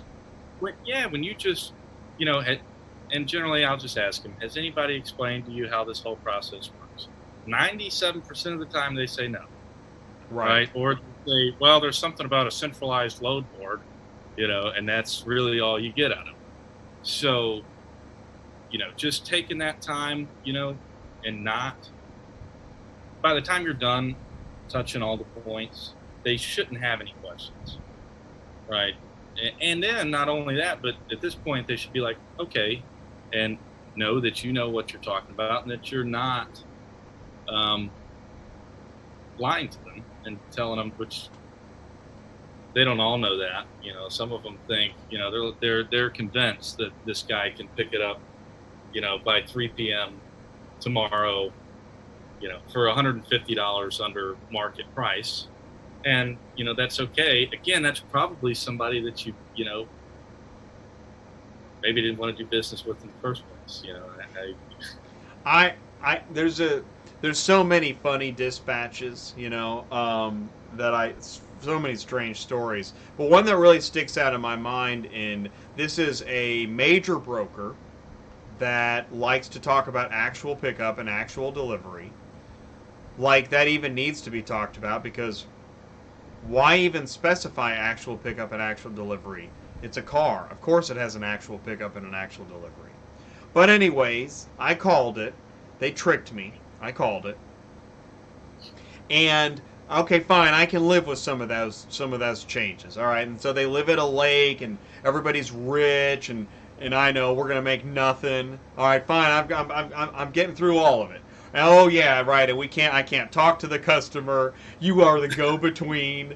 Well, I got to call you. You're going to call them, and then it's crazy. All this stuff. I get through all of it. So, because I need to fill this spot, which is unfortunate. This is what happens. We need to fill a spot, and then they say, okay, you're picking it up today, and I say, no, we're picking up tomorrow, and they say, oh well, no, it's guaranteed for pickup today. I said, really? You've already got a guarantee? Well, no, but it's guaranteed. Okay, but... Well, if you don't already have a guarantee, but you say it's guaranteed, what makes it guaranteed? What? I said, I'll tell you what. I'm looking at the clock. We've already been through so much time. It's already after 4 o'clock. So when you don't get a carrier, and you don't fulfill that guarantee, do you want to call me back? Here's my phone number. Do you think they called me back? No, but I had a good time. I had a lot of fun. And I love that they have this guarantee system. So, there are brokers out there guaranteeing things they can't guarantee. Yeah. Why would you do that? All the time. All the time.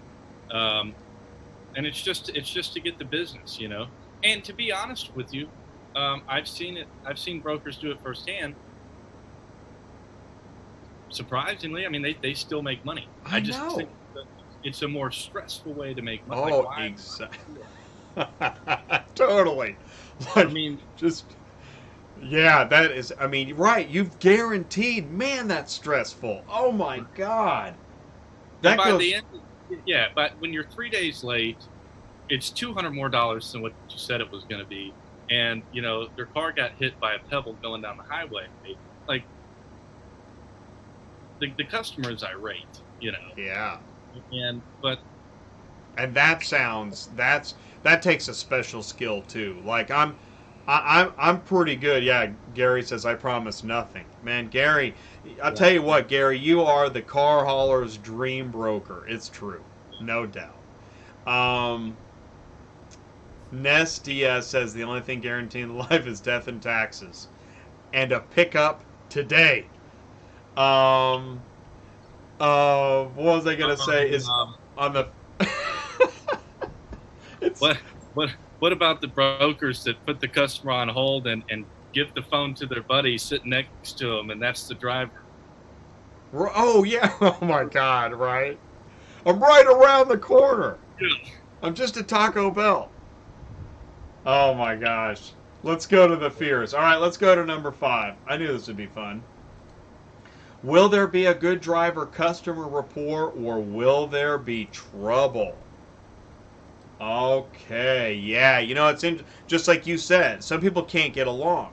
So here you are. You get along with the customer. maybe it's a tough. This is a tough one. You know, it's the middle of nowhere, and you get some cowboy, and he does not get along with, Yeah, office princess. right. And that's happened before. And I mean, I've had um, recently had a customer in California, something being picked up in Ocala, Florida, and the seller in Florida, um, you know, him and the driver, he ended up cussing the driver out, not liking the driver, for whatever reason, because he didn't do it, his way. And, driver took off. So, not only do you have to worry about necessarily customer, but if there's somebody else on the other end who's not related to the customer, who's the seller, um, you know, or in some instances the buyer, if the seller's doing the transport, that's going to cause problems.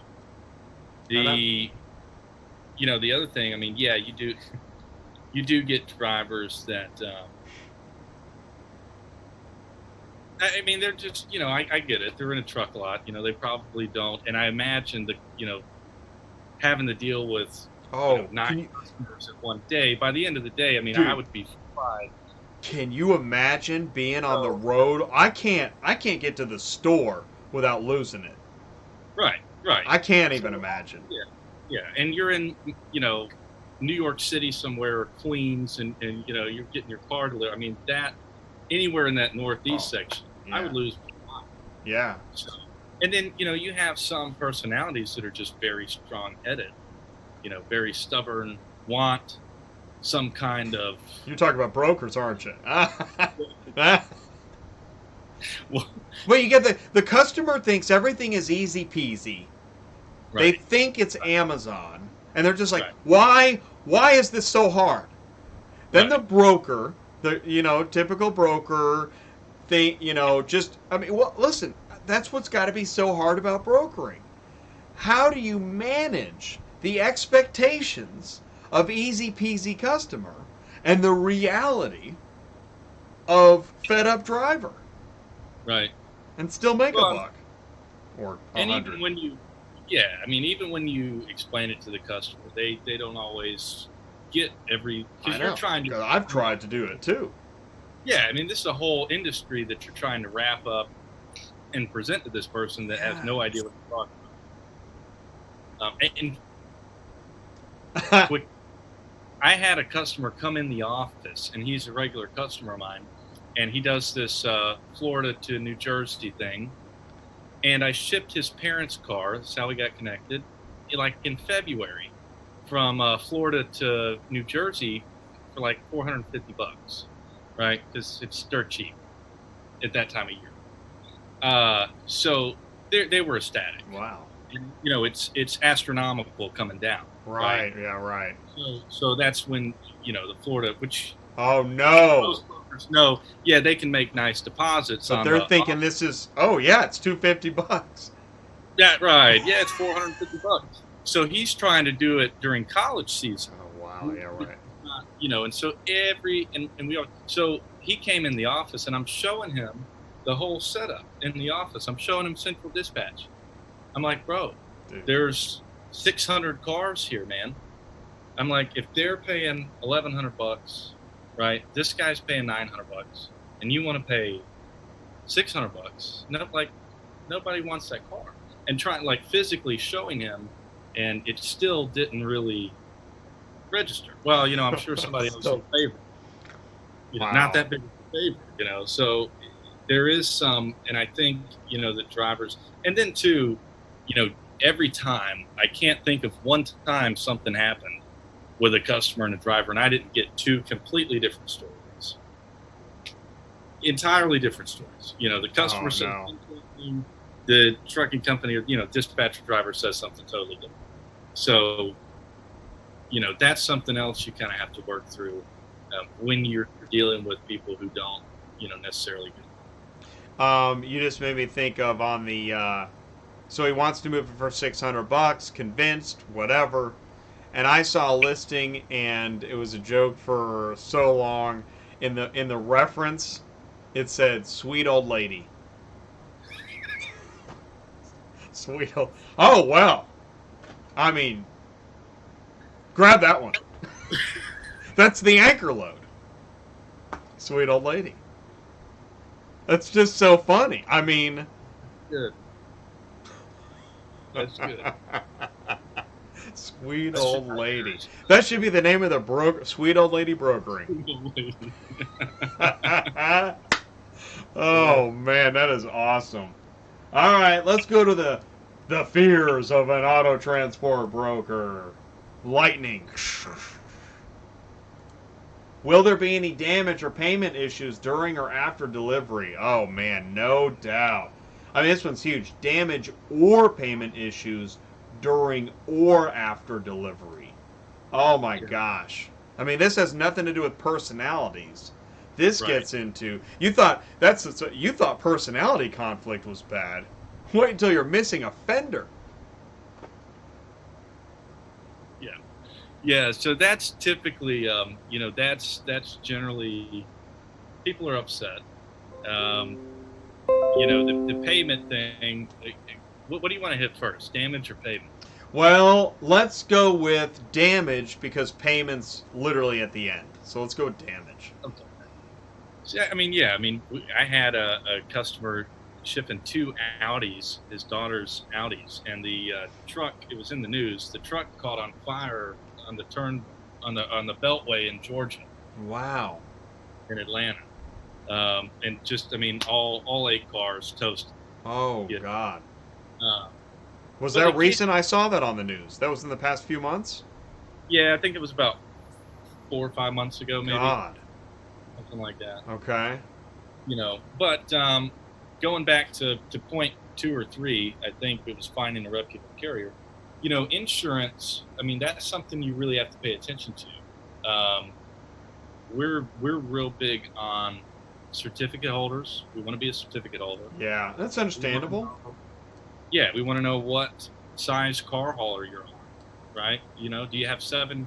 Yeah, or do you have 8 car hauler and $75,000 cargo, and you want to pick up my, you know, 2017 Mercedes-Benz C-Class? That those kind of situations, that's what's going to make it even more painful, right? Or if they don't even have cargo coverage, which some carriers do run without. What? That can't. Oh my gosh. So Yeah, talk about stressed out. yeah, so you want to make sure that you've got adequate coverage on this, because even you have a contingent policy, you don't want to use that, right? And so the idea is, if something happens, we want to make sure that this is covered and that this is okay, and then explain to the customer too, how important that BOL is. Now, there's definitely been some instances where we've had carriers refuse to sign. Uh, you know, it, so especially if it's an act of God. Now that's what sucks, because if they get hit with a hailstorm, Yeah. right? Like, sorry, that's an act of God, and it's not covered. So kind of Wow. explaining that to a customer is difficult. Fortunately, we have a claims department, so I generally don't have to do that too often. Right. Oh man, yeah, no claims. And there's a But lot I think that's a problem. There's a lot more claims out there than I mean like when I got into dispatching, there was a lot more claims happening than I realized was going to happen. yeah, I mean, a lot more damage gets done than I thought was going to happen. yeah. Well, and that's what that's what I tell people. I'm like, we ship about 3,000 cars a month. I mean, just do the numbers. Something is going to get damaged. Because they'll ask. And so I don't say that to scare you or people. Just know that you're covered, and then know what to do. I need a picture of the damage. Here's my cell phone. Text me over the picture. Text me the BOL with the damage noted. And then stress to them, if it's not noted on the BOL, don't come ask me and tell me that you have damages 2 days later, because there's nothing we can do. Which is why you don't want your car delivered at midnight. Right?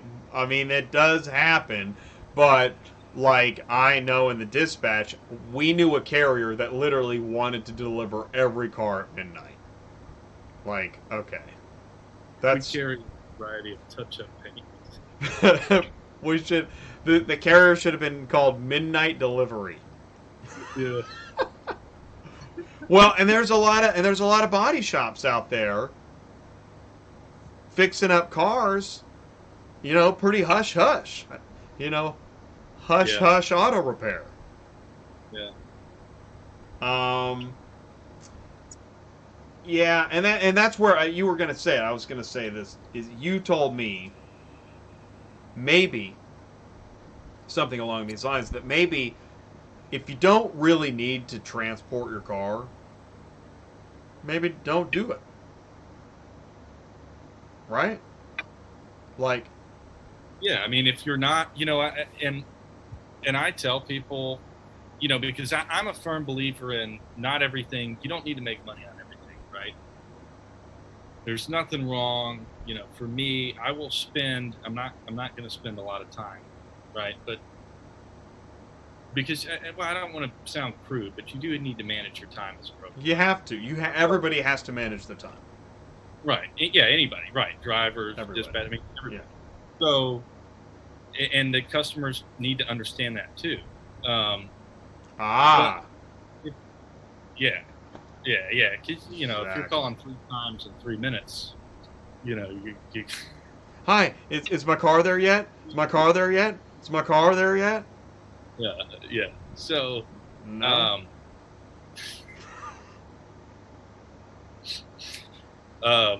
what was he? Well, we're talking about how if you don't need to move your car, Oh, okay, right? right. So just helping a customer or helping somebody in general, or if a driver calls in and is looking for loads, sometimes I'll entertain that. I'll check, yes, let me see what we got, see if we have anything, and sometimes it works out, and that's great. But customers, yeah, who want to haggle with money or get something done for this, or their friend told them this, or another company told them that, Yeah. Oh, that's a good point. and I just tell them, like, maybe you need to look for an alternative method, or at the very least, maybe I won't say it like that, but I would come up with a contingent plan, right, just in case this doesn't work out, and just kind of explain it to them. I mean, there's so many scammers out there, especially brokering, because everybody wants to do it, right? So you need to be careful as a customer. The customer needs to be aware of that. Why does everybody want a broker? Where does that come from? Does it sound easy? I've always wondered that.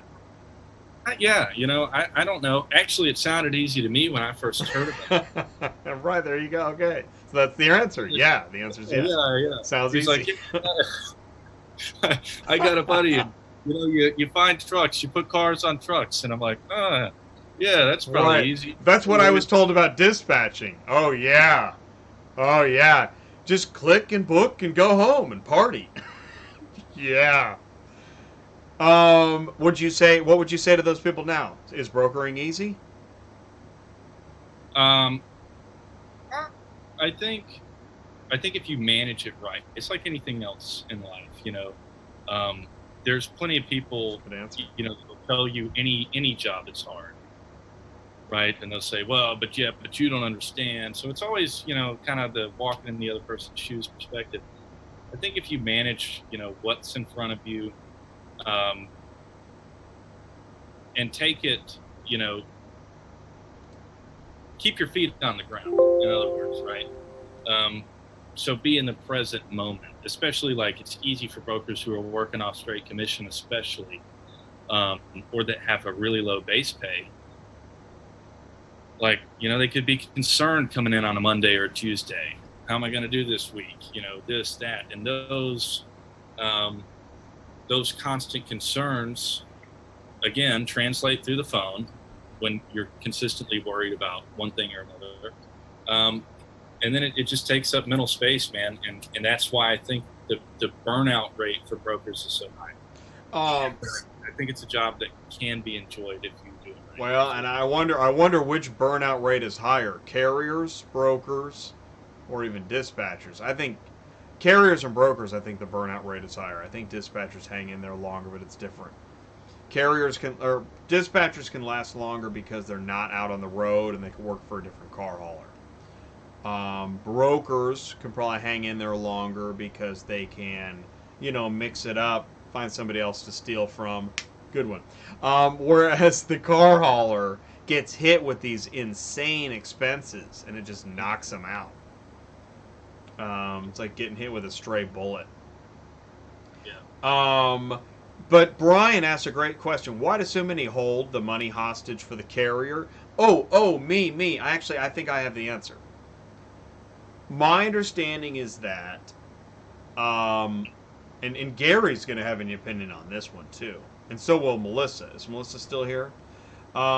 Is I think that what I've been told, I've tried to talk to some brokers, and I think that opened up my eyes a lot, is that they are on a really long payment schedule from many of their suppliers, their shippers. So like if you work for a dealership, you could be waiting 6 months. Yeah, 45 days, 60 days. So yeah. And so I guess, but carrier's definitely higher. Yeah, carrier's the highest stress. I agree with that. Carrier is the highest stress, the highest risk. I mean, they're on the road, in the weather, dealing with. I'll tell you what. I think the DOT regulations, man, I think they're over the top. We all got to be safe, but like let's all remember this. As you and I, me and you can get in our cars and go race out on the road. Now, we could break some laws and probably maybe get caught, but people still road rage. You see it constantly. You're a driver. You can't get in any road rage. You can't hook up some whack-a-mole U-Haul setup and hope maybe you don't kill a whole family. The drivers, man, they got a jillion regulations that the average person just does not and doesn't even think about or respect. It's unbelievable. I'm getting worked up about it just sitting here.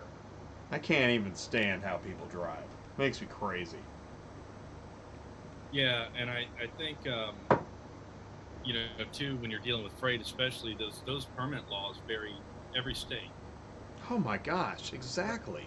So that's so much to keep up with for those guys, and so I mean it's a lot, and especially owner operators again, because they got to do carrier packs, they got to do rate cons, they've got to, or if they're using central, but still they have to dispatch unless they have a dispatcher. But they're the one-man show, so that's a challenge. Right, and so like Melissa says, holding a carrier pay is only okay if it's in your contract or dispatch terms that allow you to hold it for a damage claim. Other than that, carriers should be paid before anyone else. And yet, it really seems like every driver I work with has to work extra time to get a hold of somebody to get the dang money. And I know Dave right now, we're talking top 5 car hauling load boards, and he's really trying to get his money out of them. I haven't named the company yet. Dave, you're welcome to say it, but like that's ridiculous. Yeah. We do on our 2-day quick pays. We mail the check out within 1 to 2 days, and that's but we let them know that it's not ACH. If they request ACH, we can do that too. But, 2 days. Well, and you get. You know what? It's interesting you say that, because then on the other side of that, there are some carriers that want everything to be COD cash. And listen, it's not. Well, but it's not. I don't think that it's necessarily everything, but I think a lot of those guys, they need, at least I know 1 or 2 COD loads. Well, they do. I think there are some carriers they want cash. some there's a difference. I've worked for both, and I know. Yeah, I need money if I'm gonna buy something. I don't just have it laying around. So I get that, but there are some. Um, there are some guys that I think want more cash on hand than they actually need. They prefer it that way. But I know there's transactions. If it's a relocation, it's just not going to be cash. If it's a corporate relocation, it's going to be billing because the corporation that's paying for the move is also using their billing department. There's no cash. There isn't anybody there to do the cash situation, which is why sometimes higher paying moves are simply not COD. Oh, if I have to do quick pay, I'm already going above what I would put something for COD. Absolutely, because Exactly. especially if I don't, if it's on a route that I know I can call. I've got 3 guys, I can call and figure out who can get it picked up first, and they'll do it. But if I have to post it and look around, yeah, I'm going to post it for more money. Yeah. Absolutely. Yeah, and that's where we know. I mean, having a relationship with a broker, just as you just said that, you have guys that you think about and go to. It's in my 20 steps to car hauling. It's one of the last steps. You have got to create relationships with, whether it's brokers, shippers, auctions, dealers. You have to create relationships if you want the long game to work. Right. Yeah, absolutely. Absolutely. And drivers, I mean, you know, those are great relationships with brokers to have. Especially right.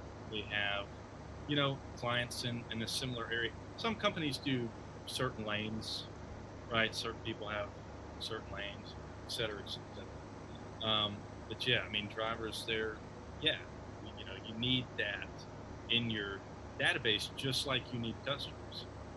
A driver is essentially a broker's customer, also to some. I guess we're both each other's customers. Well, I mean that's what makes it an ecosystem. I Right. mean, the shipper needs. We've talked about this. We need what's the highest value car Jake has ever brokered? That's an interesting question.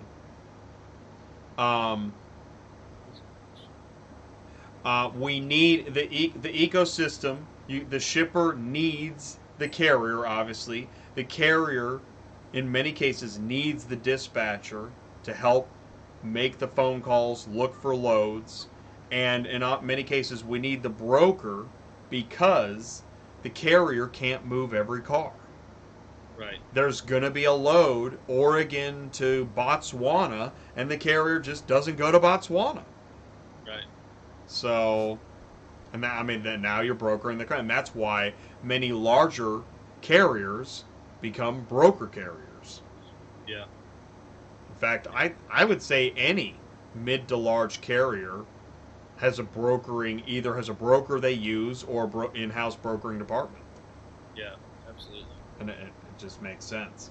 Let's see here. Payment issues after delivery. I'm going to guess, with going through a lot of these steps, I mean, you must have some kind of checklist that you go through in the beginning with the customer so that you don't have to later on say, oh, yeah, you know what, we also didn't talk about this, we didn't talk about this, we didn't talk about payment, we didn't talk about damage, we didn't talk about windows. Do you have a long checklist of things that you make sure you talk to the customer about? Is that how you manage that? Like when I first call them, when we first touch base. So you get the lead, you get them on the phone. Yeah, I'm not. I want to understand what the customer's looking for first, right? Because different customers, they all typically have the same needs or concerns, right? But they're just prioritized different. Yeah, okay? True, right. So one customer is really harping on insurance, okay? You've got another customer that's really harping on this particular date, or this other customer is like, I'm going to college, I have to have stuff in my car, or I'm not shipping anything, you know. So there's, and they are concerned about the other things as well, but they're all different, and so you need to understand that. Not only that, I don't call people and tell them, you know, hey, it's Jake from Nationwide Transport Services, calling about this BMW 3 Series you want to get moved from Orlando to Vegas. It's going to be X, and give them the price, or I don't go into a spiel about my company first either. I want to know about the customer, because that's how you need to quote it, right? If you have a customer, if you just start spitting out numbers and the customer turns around and says, okay, cool, well, I need it picked up tomorrow, well, now, Right. right, what are you gonna? Well, that's probably gonna be another $200. Well, now you're having to, if you understand what the customer needs, if they're flexible, or what dates that they need, and then that's how you're gonna quote. And then that's also how you're gonna prioritize their concerns and spend more time on what their concern is, and then just kind of breeze through the rest. Getting some good broker comments here. I'm happy to see that. I'm happy to see that. Like when I did the dispatching show a week ago, my views were down because who cares about dispatchers? But I wondered if doing a show about brokering, I would get a similar response or even worse, like puke, Jay, you know. But I'm actually very happy at what's happening here tonight. I mean, there's been a lot of participation and good comments.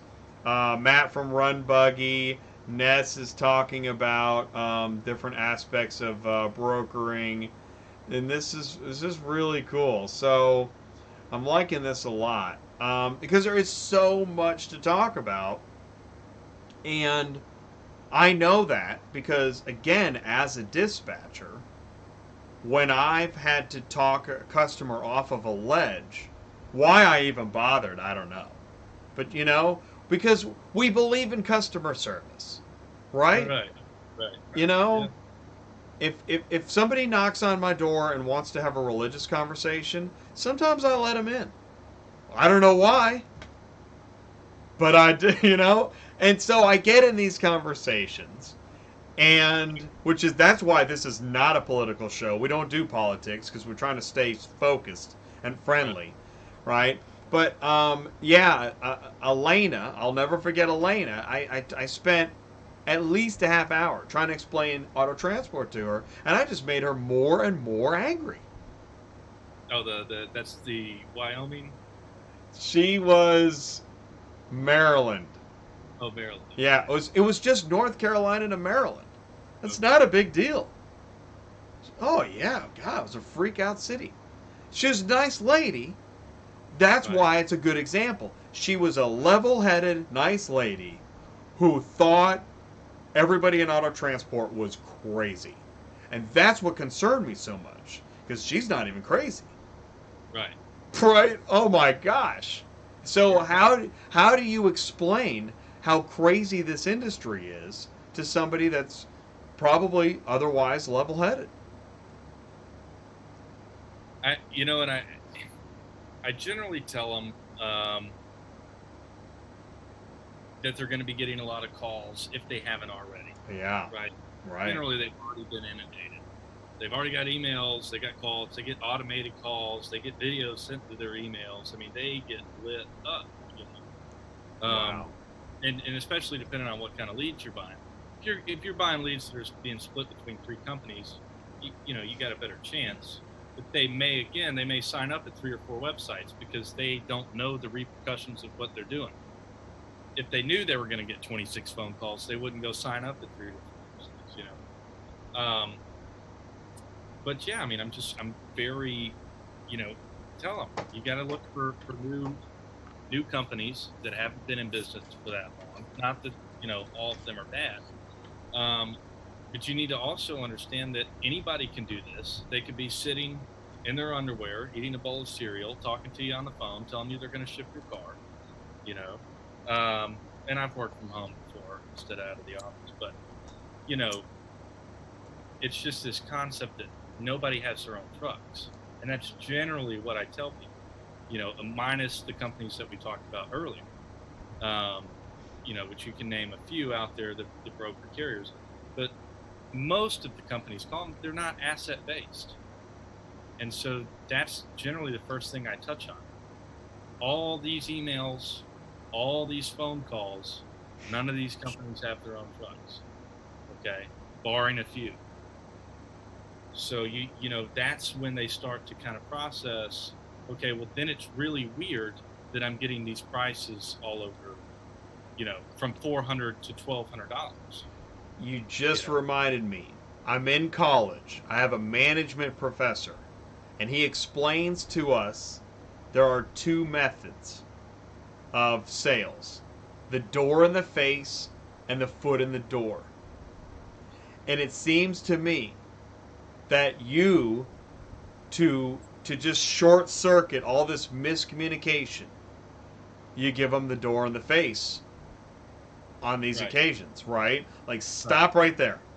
Right. You don't have any correct information from what I'm hearing, or Right. very little. Right. So let's start over. Right. And you just take them, you know, and then from that point you kind of address each situation. And you know, again, that's just me personally. I'm not saying that's the only way to do it. I know a lot of different brokers that do it different ways.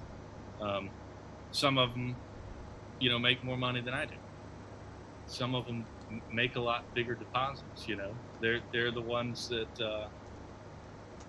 like bumping it up. You know, they don't explain everything to customers. It saves them time, so they can sell more. But I just think having a customer base, because that's what you're going for, right? That's the end game for brokerage. Is either just having a solid customer base where you really don't have to pound the phone for business anymore, or it's getting a customer base so you can take your clients to another company, even though you signed a non-compete. You'll do it anyways because they're going to pay you a higher percentage, or you want to start your own business. That's You know, generally, as far as that goes, and that's something. This whole business that if a customer prefers somebody to do the job, the right. customer should be able to choose that person. I Right. realize we all believe we own people and things and Taco Bells and everything is easy peasy. But if the customer wants somebody specific to be the service provider, thou shalt have that decision. Right? Right. It's weird how everybody thinks they own all this stuff. No. No, you don't. If you didn't actually do the job, you don't own the customer. Sorry. It's just Right. that simple. It really is. That's how Right. service works, man. Right. I realize we can get into the minutia and start hiring lawyers. I'm well versed in how lawyers can come up with anything in a contract to put you to the coals and Right. burn you. I realize that. But when a carrier can't work for when a customer says, "Hey, can you haul my cars in the future?" The answer should be yeah, I can. Because I Right. just hauled that one and I can haul your next one. Right. Yeah. So that's interesting. Let's get into the number 7 fear. Will I get referrals or future business? Man, we're right here because we're Oh yeah. just talking about future business and positive ratings and reviews for this customer. And it comes back around. You were worried if you were going to get the customer's business. Now you're worried, are you going to get the customer's future business and referrals and ratings? It's one fear after another. Fear, fear, fear, fear, fear. Right. Right. You know, and I don't know if that's, you know, I think at the beginning, yeah, you're going to be a little, you know, apprehensive about the customer and did I do a good job, and you know, kind of feeling everything out. But That's right. definitely, definitely referrals and um, repeat business. That is a concern, because you want to know, and you don't want to be pushy either, right? But you just want to make sure that you did a good job, and then you have this, is he going to call me for more loads type thing, you know? Um, so I think the best way to go about it, definitely, if somebody's buying or selling equipment, talking to whoever the seller is, whoever's not paying, right? Whoever your customer isn't, reaching out to them, talk to them, because that's an automatic referral. If you're picking a car up at a dealership, right, and they've got a sales rep, I always ask the customer, "Do you have your sales rep cell phone? What's his name?"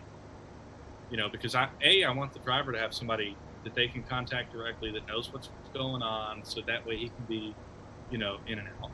And B, I want to be able to call that guy and say, hey, here's my name, here's my number. You need any quotes? This is what we can do this for, et cetera, et cetera. Because that's an automatic. Yeah. And the biggest thing, I think, I don't hear a lot of people asking for referrals either, though. As odd as it is, I mean, that's not a phone conversation I hear very often. In fact, I really don't hear too many brokers doing a follow-up after it's delivered. And for first-time car shippers, and I've been guilty of it too. I haven't followed up everything. No, and you're making me think about it too. I don't call many people after it's delivered. But I've had people call me back after a year and say, hey, I don't know if you remember me, but you transported this or that a year ago. Can you do this? Or, hey, I got your name from so-and-so. And that does happen. But, really, you need to be asking for it too. That's really going to help the process go better. And you need to ask for reviews as well. If you've got, this is another thing for brokers, if especially if you're working for another company, if they see your name on a lot of reviews, they're liable to call in and ask for you. Right. Well, it's interesting you mentioned that about leaving the name off too. Like, I know I actually like it. If I see a load posted and I see a name, I do like that. And if I don't see a name, I'll click on the Central Dispatch profile, see whose names are there, and for that 5 minutes, I want to know who the names are. I want to know the home city. I do. I start going into who is this company, who are these people, and well, I'm going to tell you my name as soon as you call. Right, I know, but it helps me. I feel like I'm going to be able to connect quicker.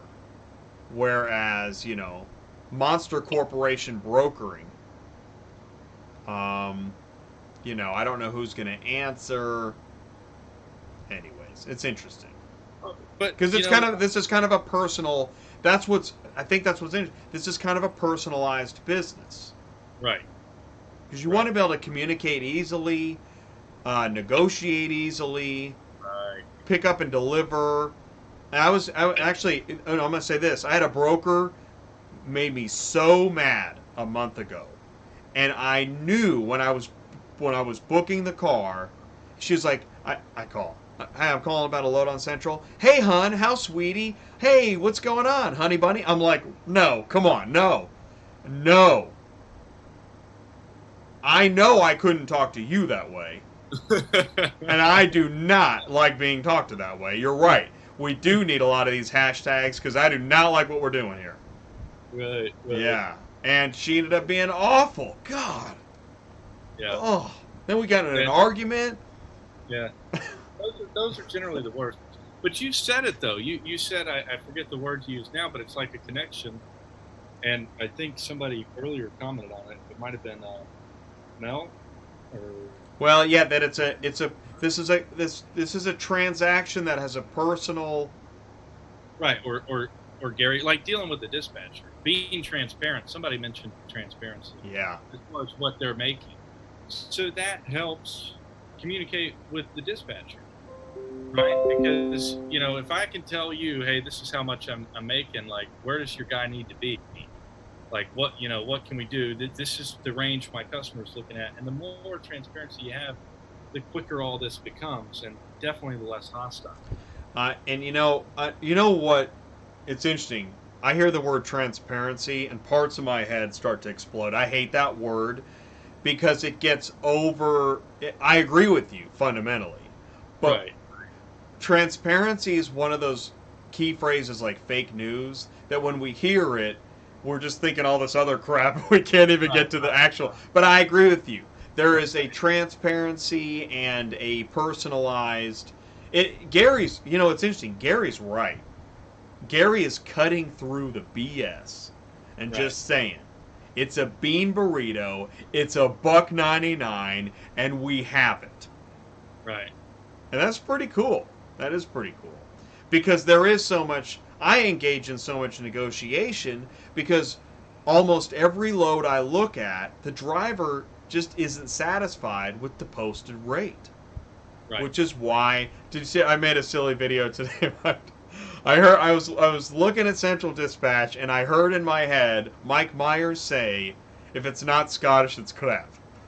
So I made this crazy video with him saying that, and I'm flipping through Central Dispatch. It's pretty funny. But and that gets to the heart of the conflict between dispatchers, carriers, and brokers. Is that it seems like it's turned into kind of a money grab in a lot of situations, which is why Gary's saying what he's saying. But I like to say this. Well, I think it comes back to the customer thinking that this is Amazon free shipping. Right. It's your car. Right.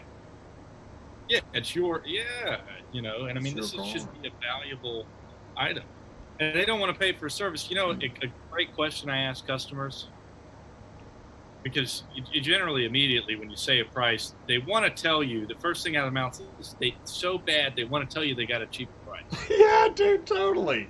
Just like that, it's on the tip. And sometimes I just ask them, say it's $1,200.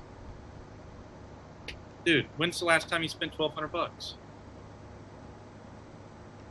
And they'll tell you. I mean, did it kill you? You're alive. You got what you need. I mean, That's awesome. I like that. Yeah, I mean, really, I mean, it's a service. I get it. You're not getting anything shiny. There's nothing tangible. But what did you pay for your airfare? Right. Right?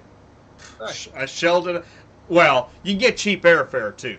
But if you really are going somewhere that you actually want to go when you want to go, you're probably paying for it. Yeah. Yeah. It's interesting. So that's where I guess it comes back to a lot of that. So, all right. Well, we've gone through the 7 fears. We are well past 11 o'clock. I told you we tried not to do that.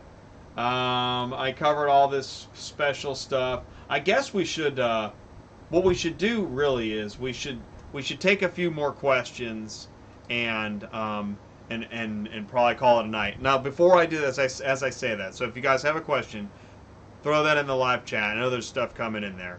Number one, Jake. If somebody wants to contact you, can they? Yeah. Yeah. Absolutely.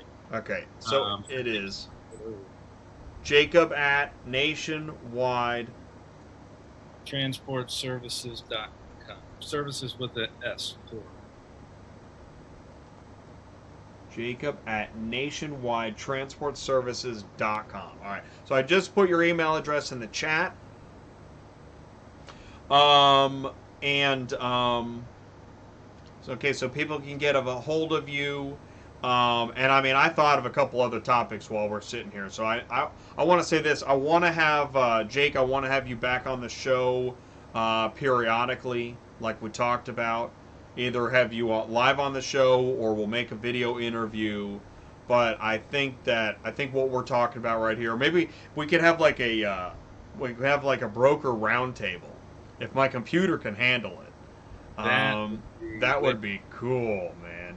We Yeah. could get, I mean, we've got several people in here talking. And by the way, I want to mention this too. What Matthew was talking about with Run Buggy is, you know, what's cool is we just talked about, I talked about RPM has a new driver mobile app, um, Ship.Cars, improvements on their load board, Run Buggy, improvements on their load board, DispatchMonkey.com is saying they have improvements. We know that there is technology, there is more and better technology coming down the pipe for the whole auto transport industry. We already know that customers are buying cars on a mobile app. And that's kind of new. I mean, really, that's like within the past 5 years. We also know there's electronic mobile apps for car haulers. We know that, but we know that we've been booking loads on phone book lists of load boards for decades, or at least one decade. My point is that we are due for help from technology to make this better. And I don't know if that includes an app that helps educate customers rather than this time intensive, uh, door in the face, this isn't Amazon shipping, and all these leads, are just like, and that's really weird. The leads thing sounds like so, like, Well, backwards. it's old school, right? Yeah. Because we've grown so much in certain industries, and transportation's not one of them. Yeah. As far as the technology jump, right? So I totally agree. I think there's going to be technologies for drivers, technologies for brokers, for customers, that's going to help eventually. And then not only that, um, you're going to start seeing companies, brokers, and possibly carriers. Although with carriers being asset based, I'm not as sure about them, but definitely car transport brokers. There's going to be a few companies that eventually, I think, take up that number one, number two slot, and are publicly known. Because right now, if we called somebody, out of your phone book that doesn't know anything about car shipping, and you say, "Hey, who do you call to ship a car?" They don't know. I know. They they know who to get a pizza from. They know who to buy toothpaste from. They know who to get deodorant from. They know who sells the toilet paper they like, but they have no idea. There's not a company. There's not a brand attached to this yet. And there, I mean, exactly. Especially when you think of the services. I mean, pest control, or car wash, or I mean, especially, and we're talking about personalized services. Whether you need accounting services or I don't know, there are some. That's the thing is, it just my internet connection's unstable. Um, Anyway, and we're about to wrap it up, so that's good. But I have Run Buggy Sweet Tech. Run Buggy. Okay, I mean it's really cool. So that's a whole nother topic. I don't know if I'm ready to take on that topic, but that's why I am ready to keep talking to car hauling technology providers. I've already talked to some. It's time to catch up with. It's time to talk to Run Buggy again. It's time to talk to RPM again. It's time to talk to Dispatch Monkey again. I haven't had Ship.Cars on this show, but it is time. It's time for them to come on this show too. Um, I mean, so I'm excited. I'm really excited that there is so much to talk about. Yeah, and I think there's going to be definitely a lot of advancements in the industry. I think we're at a cool time. We are. This whole freight brokering, auto brokering thing, um, it has existed for a while, but it really kind of blew up. Um, I believe around 2013, right? That's That's not really interesting you said that. I very recently heard that 2013 was a moment where people are measuring the downturn from. the downturn from Well, what? a change. Let's say it that way. A Okay. change. That 2013 marks and I'm talking downturn as far as in maybe that's when consumer spending began to decrease on different services and goods. But that 2013 is a year that marks a change from where we are now. Okay. Well, and it's also, and I that's probably true, and we were coming out of, a relatively long, recession at that point. Um, shortly after. I mean, that took some time to recover from, and I think a lot of people had some anxieties going back in. So, but definitely brokering, the amount of brokers skyrocketed. And so I just think, 2018, 1920, I think there will be a lot of cool changes. Hopefully not that many put on by the government. Hopefully this is a more, entrepreneurial, or just guys in the industry making it happen. Well, so what's going to happen is, so people say, you got two people on the street. I see it now. Fade in, two people on the street. Hey, I'm thinking of shipping a car. I don't know who to talk to. What? You never heard of Auto Transport Intel? And cut.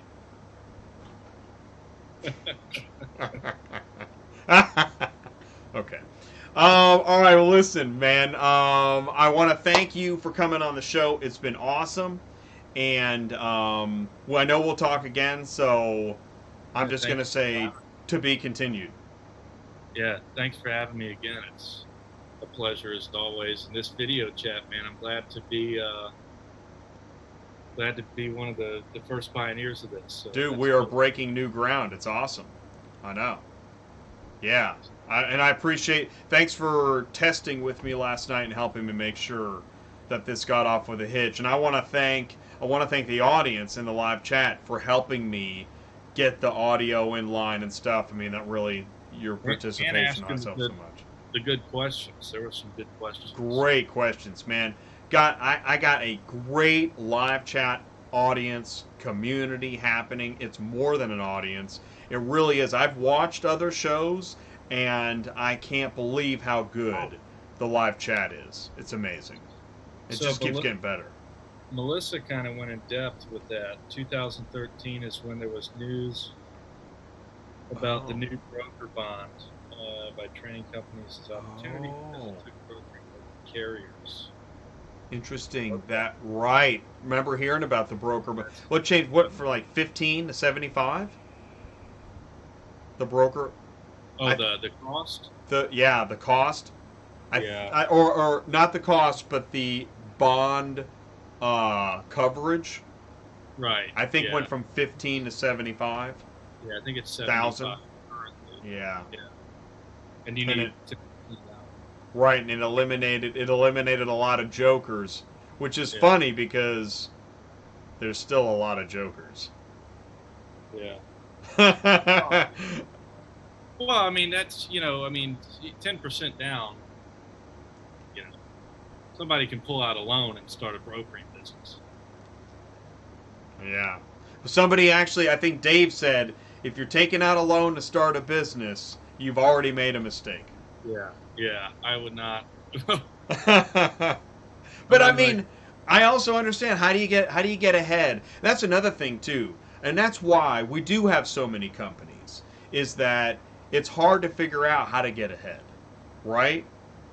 I mean, and maybe you took a career path and it's not working out, and you want to do something else. So you're turning into Dave Ramsey every day, trying to figure out how am I going to get out of debt and get into a different career. I mean, life is tough.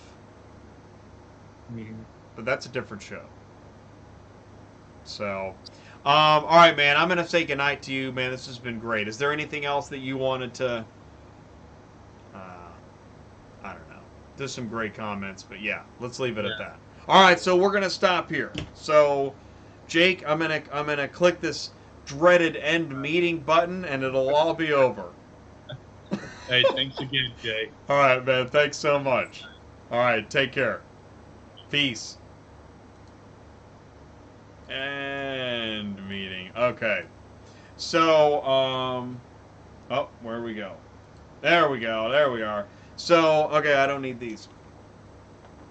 That was cool. You know what? You know what, you guys? This show is fun, and it's interesting too. I mean, no matter how much I prepare, or am I looking at? I'm up here. No matter how much I prepare, and I'm back at camera one.